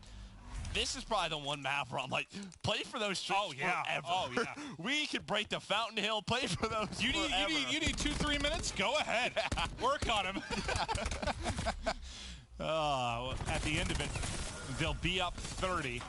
They've got the setup into barrels as well. 2 players still going to be remaining there. Jerd just can't quite finish him in the checker steps. Backs up to get a little bit of help. Aqua, fantastic job finessing on one side. Jerd gets 2 kills on the other end. How in the hell is Aqua still alive? He survives long enough for the next players from his squad to get involved. Splyce, nice early hold. And Jerd now a chance for streaks. He can do it all with the song, with the ICR. Give him a Maddox. Give him a Paladin. A one-man army. Yeah, you get like that. What's that, like weird glitch ad? Blackout where I have 3 guns. Keep rocking around with 3. You've got 2 lightnings now left to use. Hellstorm in as well. Jerd on an 8 streak at 13 and 6. Him and Aqua, for the most part, held off like a 5-man push. I mean, that was, I think, at least a 2v4. Aqua dealing with 2 players, Jerd dealing with 2 on the other side. I mean, that was special. I'm saying, we're playing Seaside, we're playing Frequency, we're getting rid of Gridlock, we're getting rid of, what else do we want to play? Or something? Well, I think this team would be pretty solid at Arsenal, but I'm playing all the fast maps. Give them me all. Give them on. See if EG can start to make some kind of run. The points have been far and in between. The streak comes through. The missile hits Looney in the teeth, but also takes out Exotic. Right back into the hard point goes Splyce. And your 2 streaks used by the side of Splyce have gotten you a lot of comfortable time. You got, what, 40 or so seconds out of statue. When you have another 30 one, or so here. So you can play for the scrap time, but Hook's already here. He's going to have a lot to deal with. Aqua is running on over, trying to sprint to him, trying to give him some help. Temp here now as well. I think Aqua with the ICR is just watching that back alley from Church with Looney as they find 3 kills. Attached to the last member alive for EG right now. Maybe more streaks. 14 and 6 is Aqua. Can he find his second set within this? Chance for it there. Can't get it done. 4 through for EG. They're able to drop him. Hook tries to counter with the grab slam, but it's not going to be enough. EG break in with 40 left to go. Maybe not the best grab slam when 4 of your teammates go down, but... maybe he thought he was going to get a 4-man there. All right. Well, you have a lightning to bail you out, and they're going to use it right here. Really just try to put this game away. The only thing being put away by streaks is Looney, as he died to the Hellstorm, and now the lightning strike must be a little bit of a grudge there from Jerd. Good thing for them, though, they're controlling the left side of that map. You see number 2, Looney, he's just watching that area, trying to make sure they win this rotation. Vision pulses out from Aqua as well. A lot of utility. Now you have Jerd as well. His Tempest has been on point. You wonder why. Grab slam to Hook. It's because Jerd with this Tempest is a bad man. More streaks in. Jerd just going to ping the lightning. Streak up to 6. Chancey's going to get caught here. No, he's not. No, he's not. The snap comes in. He gets 2 with the lightning as well. Heal up, Jerd. Keep the streak going as the melee's in. The help comes through from Tip. 10 in a row. 25 and 9 as Splyce and Jerd pub stomping. EG is getting smoked. I would have called in the Hellstorm too, but he's being disciplined enough. He's keeping the streak going though, able to find another one. 11 spots accuracy, backs away. That was a snap. I thought he was going to take that after getting with the first 3 bullets into him. 30 more needed. All they've got is what Temp's War Machine left to use. EG at risk of getting 100-point club. If they can hold here momentarily, they'll at least avoid that fate. They're able to do just that. Temp with the entry, though. A little bit of team damage comes in, but Temp has gotten 2. Is that enough of an opening for his team to fight through?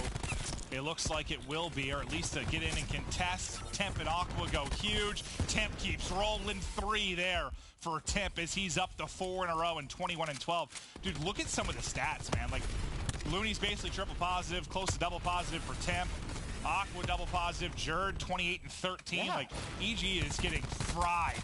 Yeah, Seaside, Frequency, and Hacienda. Give me all 3. Yeah, you were excited for this map from the get-go. That's why I'm playing this. Look at this roster. Like, this is what we talked about with this team. It was built for Seaside Hardpoint, and there is the map 4 win for Splyce.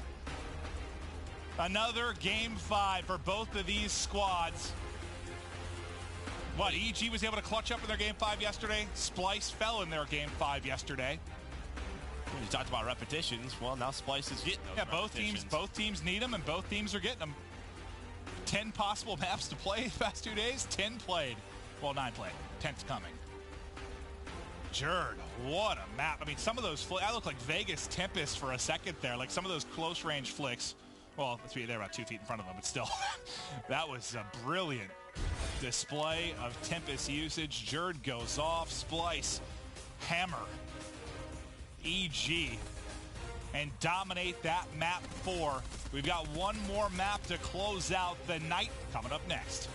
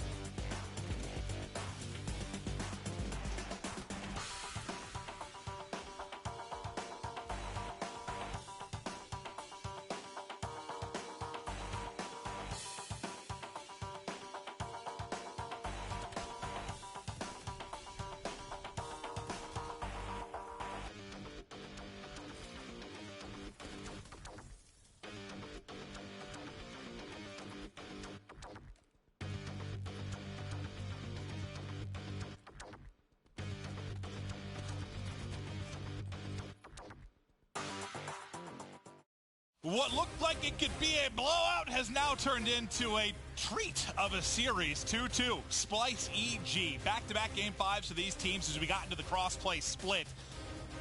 And I don't know where this one's going to head. I am excited, though, to see it play out as these guys, getting a ton of repetitions with the new squads. Yeah, Arsenal searching to destroy. I don't think EG played that yesterday. Don't know if Splyce did. Actually, did EG? I honestly... No, when you watch all these matches, they all blend together in my head. Absolutely, that's why I need JP to just constantly be standing next to me as like an assistant. With just like a clipboard. A clipboard, yeah. That's what I need. Thanks, JP. We'll need you here. Like a baseball cap. Hired full time. A whistle as Maven's assistant. Round one. Looney unable to spot anything with the sniper will wrap back to help his teammates at mid. Going in for the trade, able to connect with the RK7, but now going to be into a 3 versus 3 just for a moment, though, as Jerd. When Attach is getting aggressive, Attach is just trying to level the playing field, and he does. Now just trying to play his life. Seemed like he was trying to bait the slide out the way he was playing that around that door, but still doable for Exotic in the 1 versus 2. And Jerd has kept this streak up from game number 4.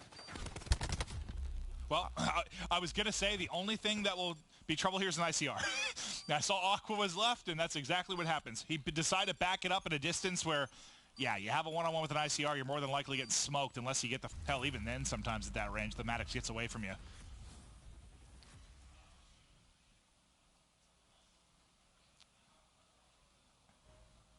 Definitely wants that round back. You'd see on his face, but best play is going to get a Jerd.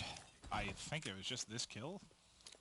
Did he get another one? No, he has. I think he gets Attach. Yeah, he has 2. Oh, that's right.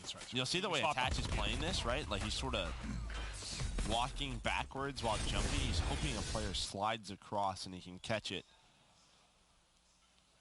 If he buys one more second, Exotic's there and can help him. It's a 2 versus 2, but not able to do so. Splyce clutch up, get the 2v1 victory, take the 1-0 edge. Cap getting a little bit aggressive here, trying to spot, sees one, backs it up instantly. Got Exotic here to work with. Stun out, trophy up. Here comes the wave that is Splyce. 2 players from EG now rotating across. Attach going to have to try and hit a shot. Narrowly misses. That should be a bomb plant to Splyce.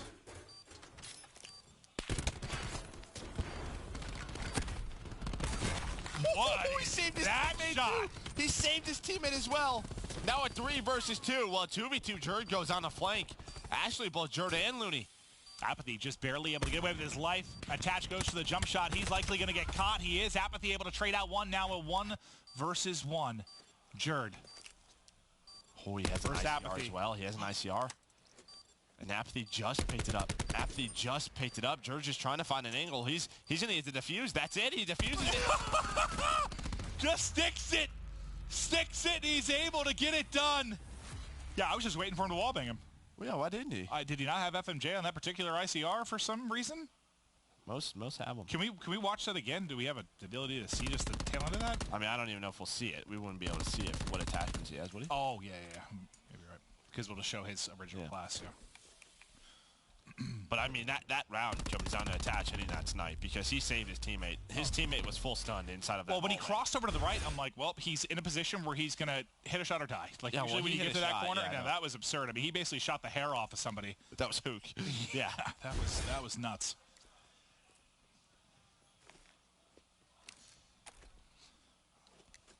Jerd has had an incredible series. He's now 5-0 in 2 rounds. Dropped a bomb in the game 4 to get here. EG playing very slow. They have 3 players moving up towards that B side, but the bomb is still in their lobby. Whoa, that was... Attach is trying to find something with the snipe. Looney on the B side. Attach does find the pick. Immediately that starts the rotation. Has to be careful. Does he know Hook is there? He does, actually. And that's going to connect it. Well, Attach's information just opens up this bomb site. Him and Exotic find the kills. Now a 3 versus 5. Counter cluster comes in to make sure they're not yet on the bomb, but there's still 40 seconds for them to work with here. Now comes the push.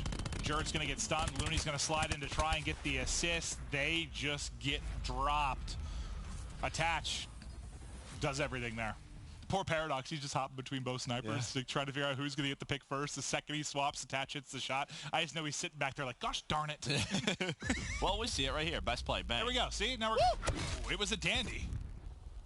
Nice shot from Attach. Plus, too, I mean, he obviously, I don't know, somehow he caught Hook. Like, maybe he had Fog of War. Like, after he jumped the bush, like, maybe Hook peeked it, right? Maybe try to get the trade, but just threw the cluster right at his feet. He might have spotted him before we switched over to his POV as well.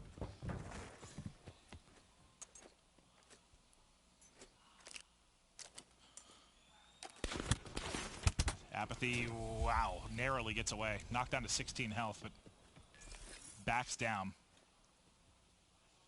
Splyce starting to work this towards the B site, but it looks like on the minimap they're going to opt to wrap this back towards A.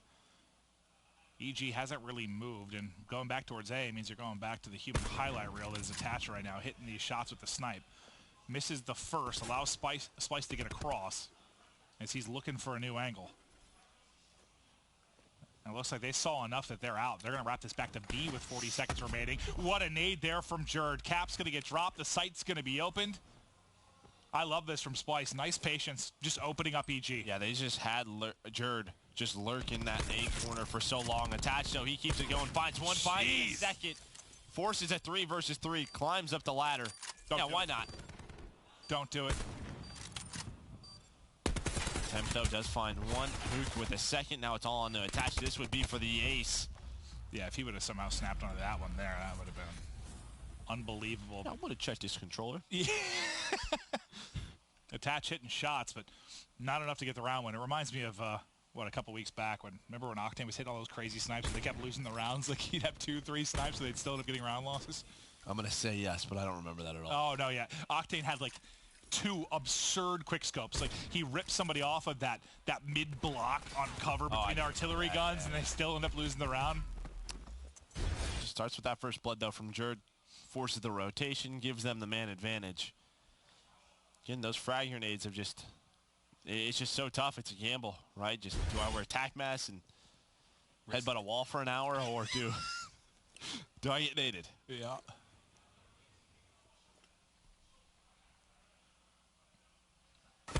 They're pushing Attach. They're pushing it. 2 players to push up. He should get caught. He's been able to back it up. The help's coming in, but not going to be there in time. So nice pressure from Splyce. It's one way to isolate the sniper, get the first blood, and take control of this round 5. The opposite side, though, EG do push up towards this B site. They are going to get the bomb down. They have a lot of position. This might be able to catch Splyce off guard, but they're going to peek back Flowers.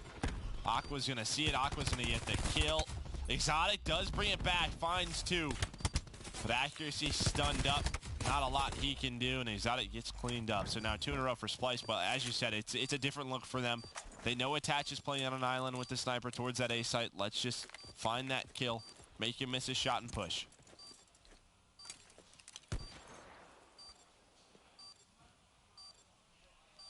Taking their time with the defuse.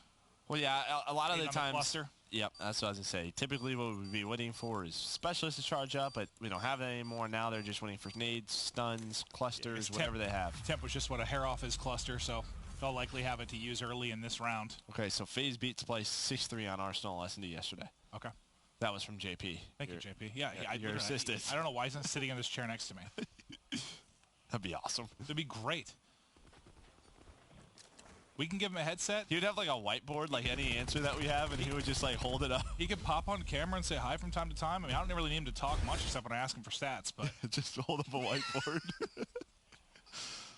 For those of you not familiar with it, we reference JP quite a bit. He's the guy that feeds us a lot of our stats that we'll talk about. So yeah, he's a man. Love the JP.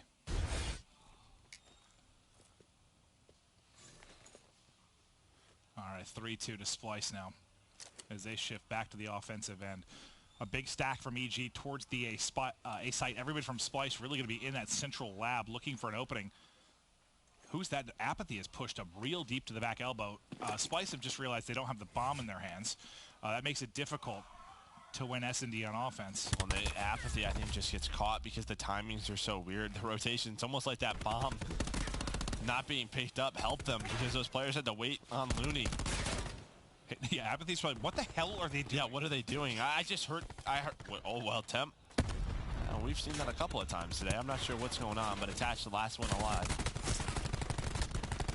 He just keeps pre-firing it, able to get away with 10 HP. Just back away and plant it, please. There we go.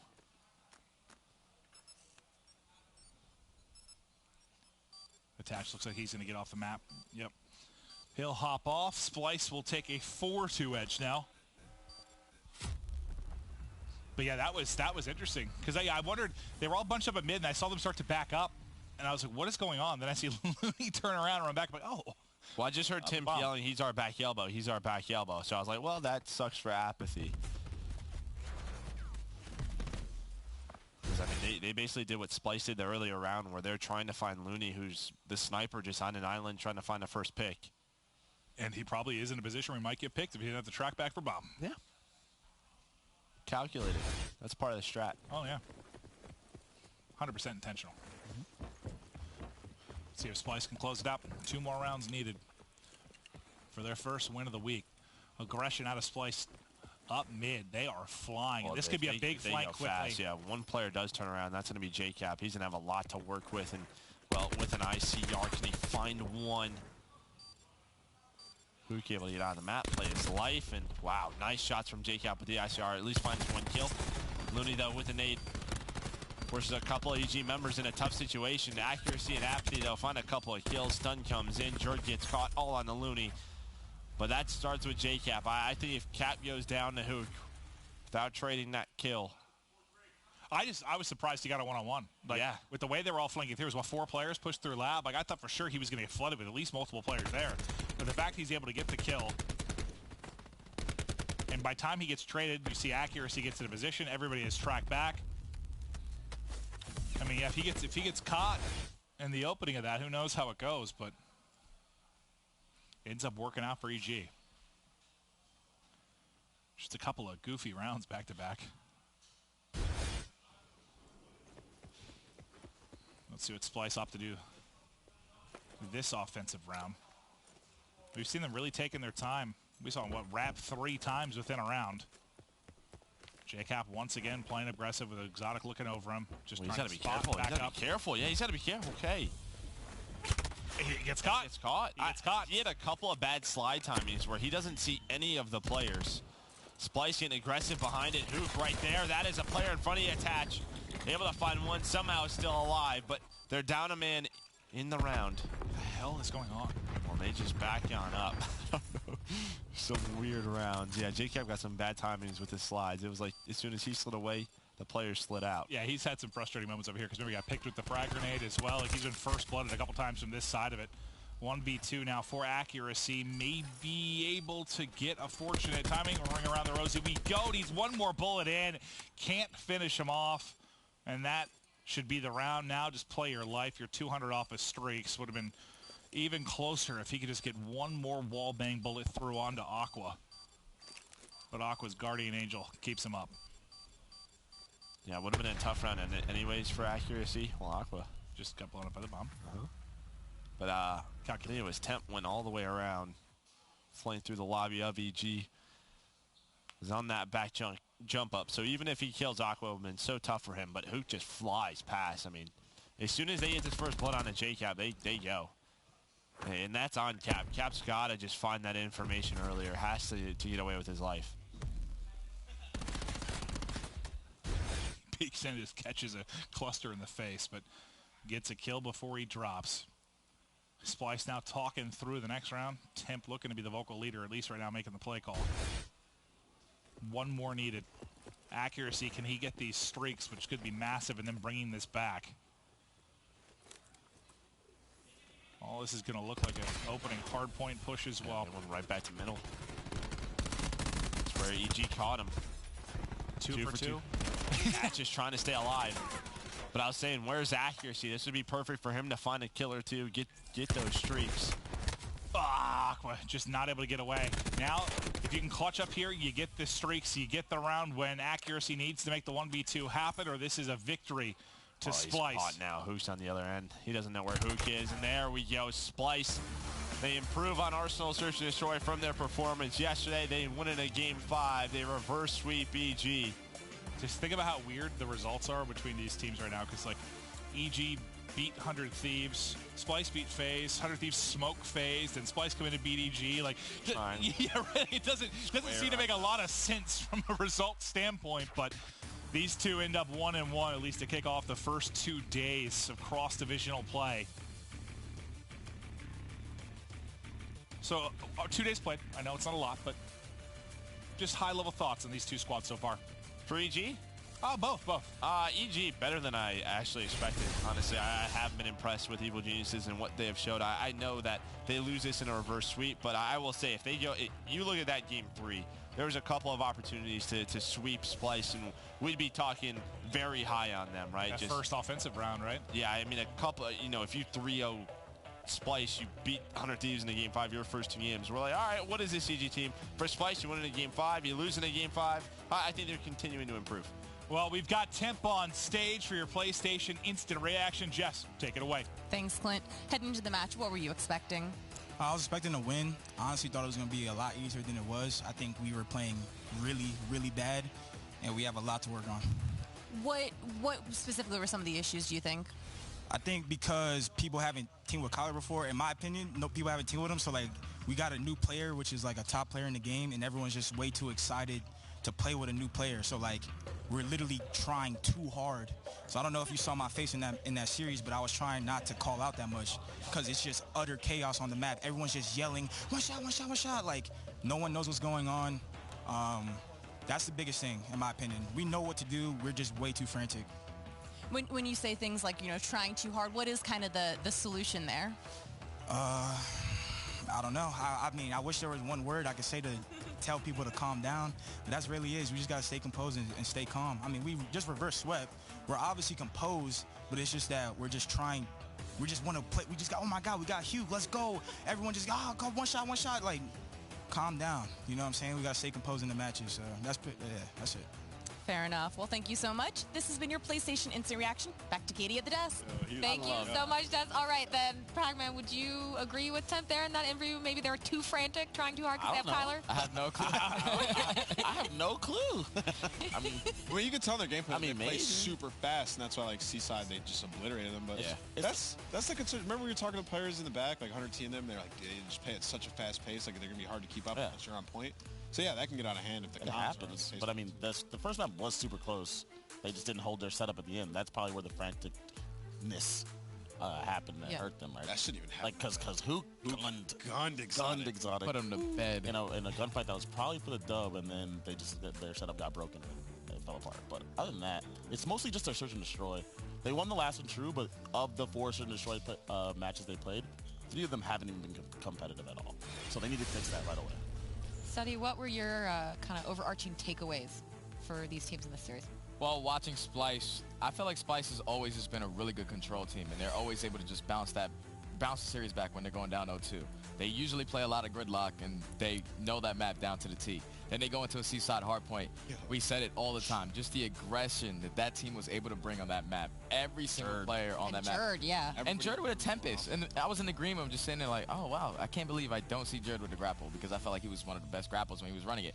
But we just saw him with a Tempest doing some dashy sort of things, and that's just something I wasn't really expecting. Then going into that Game 5, it was just that round 8 that was really big for me when we saw JCap just get picked on that B site. It was just, they were just so fast with their decision making. Once they were able to get that first blood, they do a stun grenade and just pushed it out aggressively. They were just relying on their skill and their teamwork on that S&D, and it looked like it definitely showed.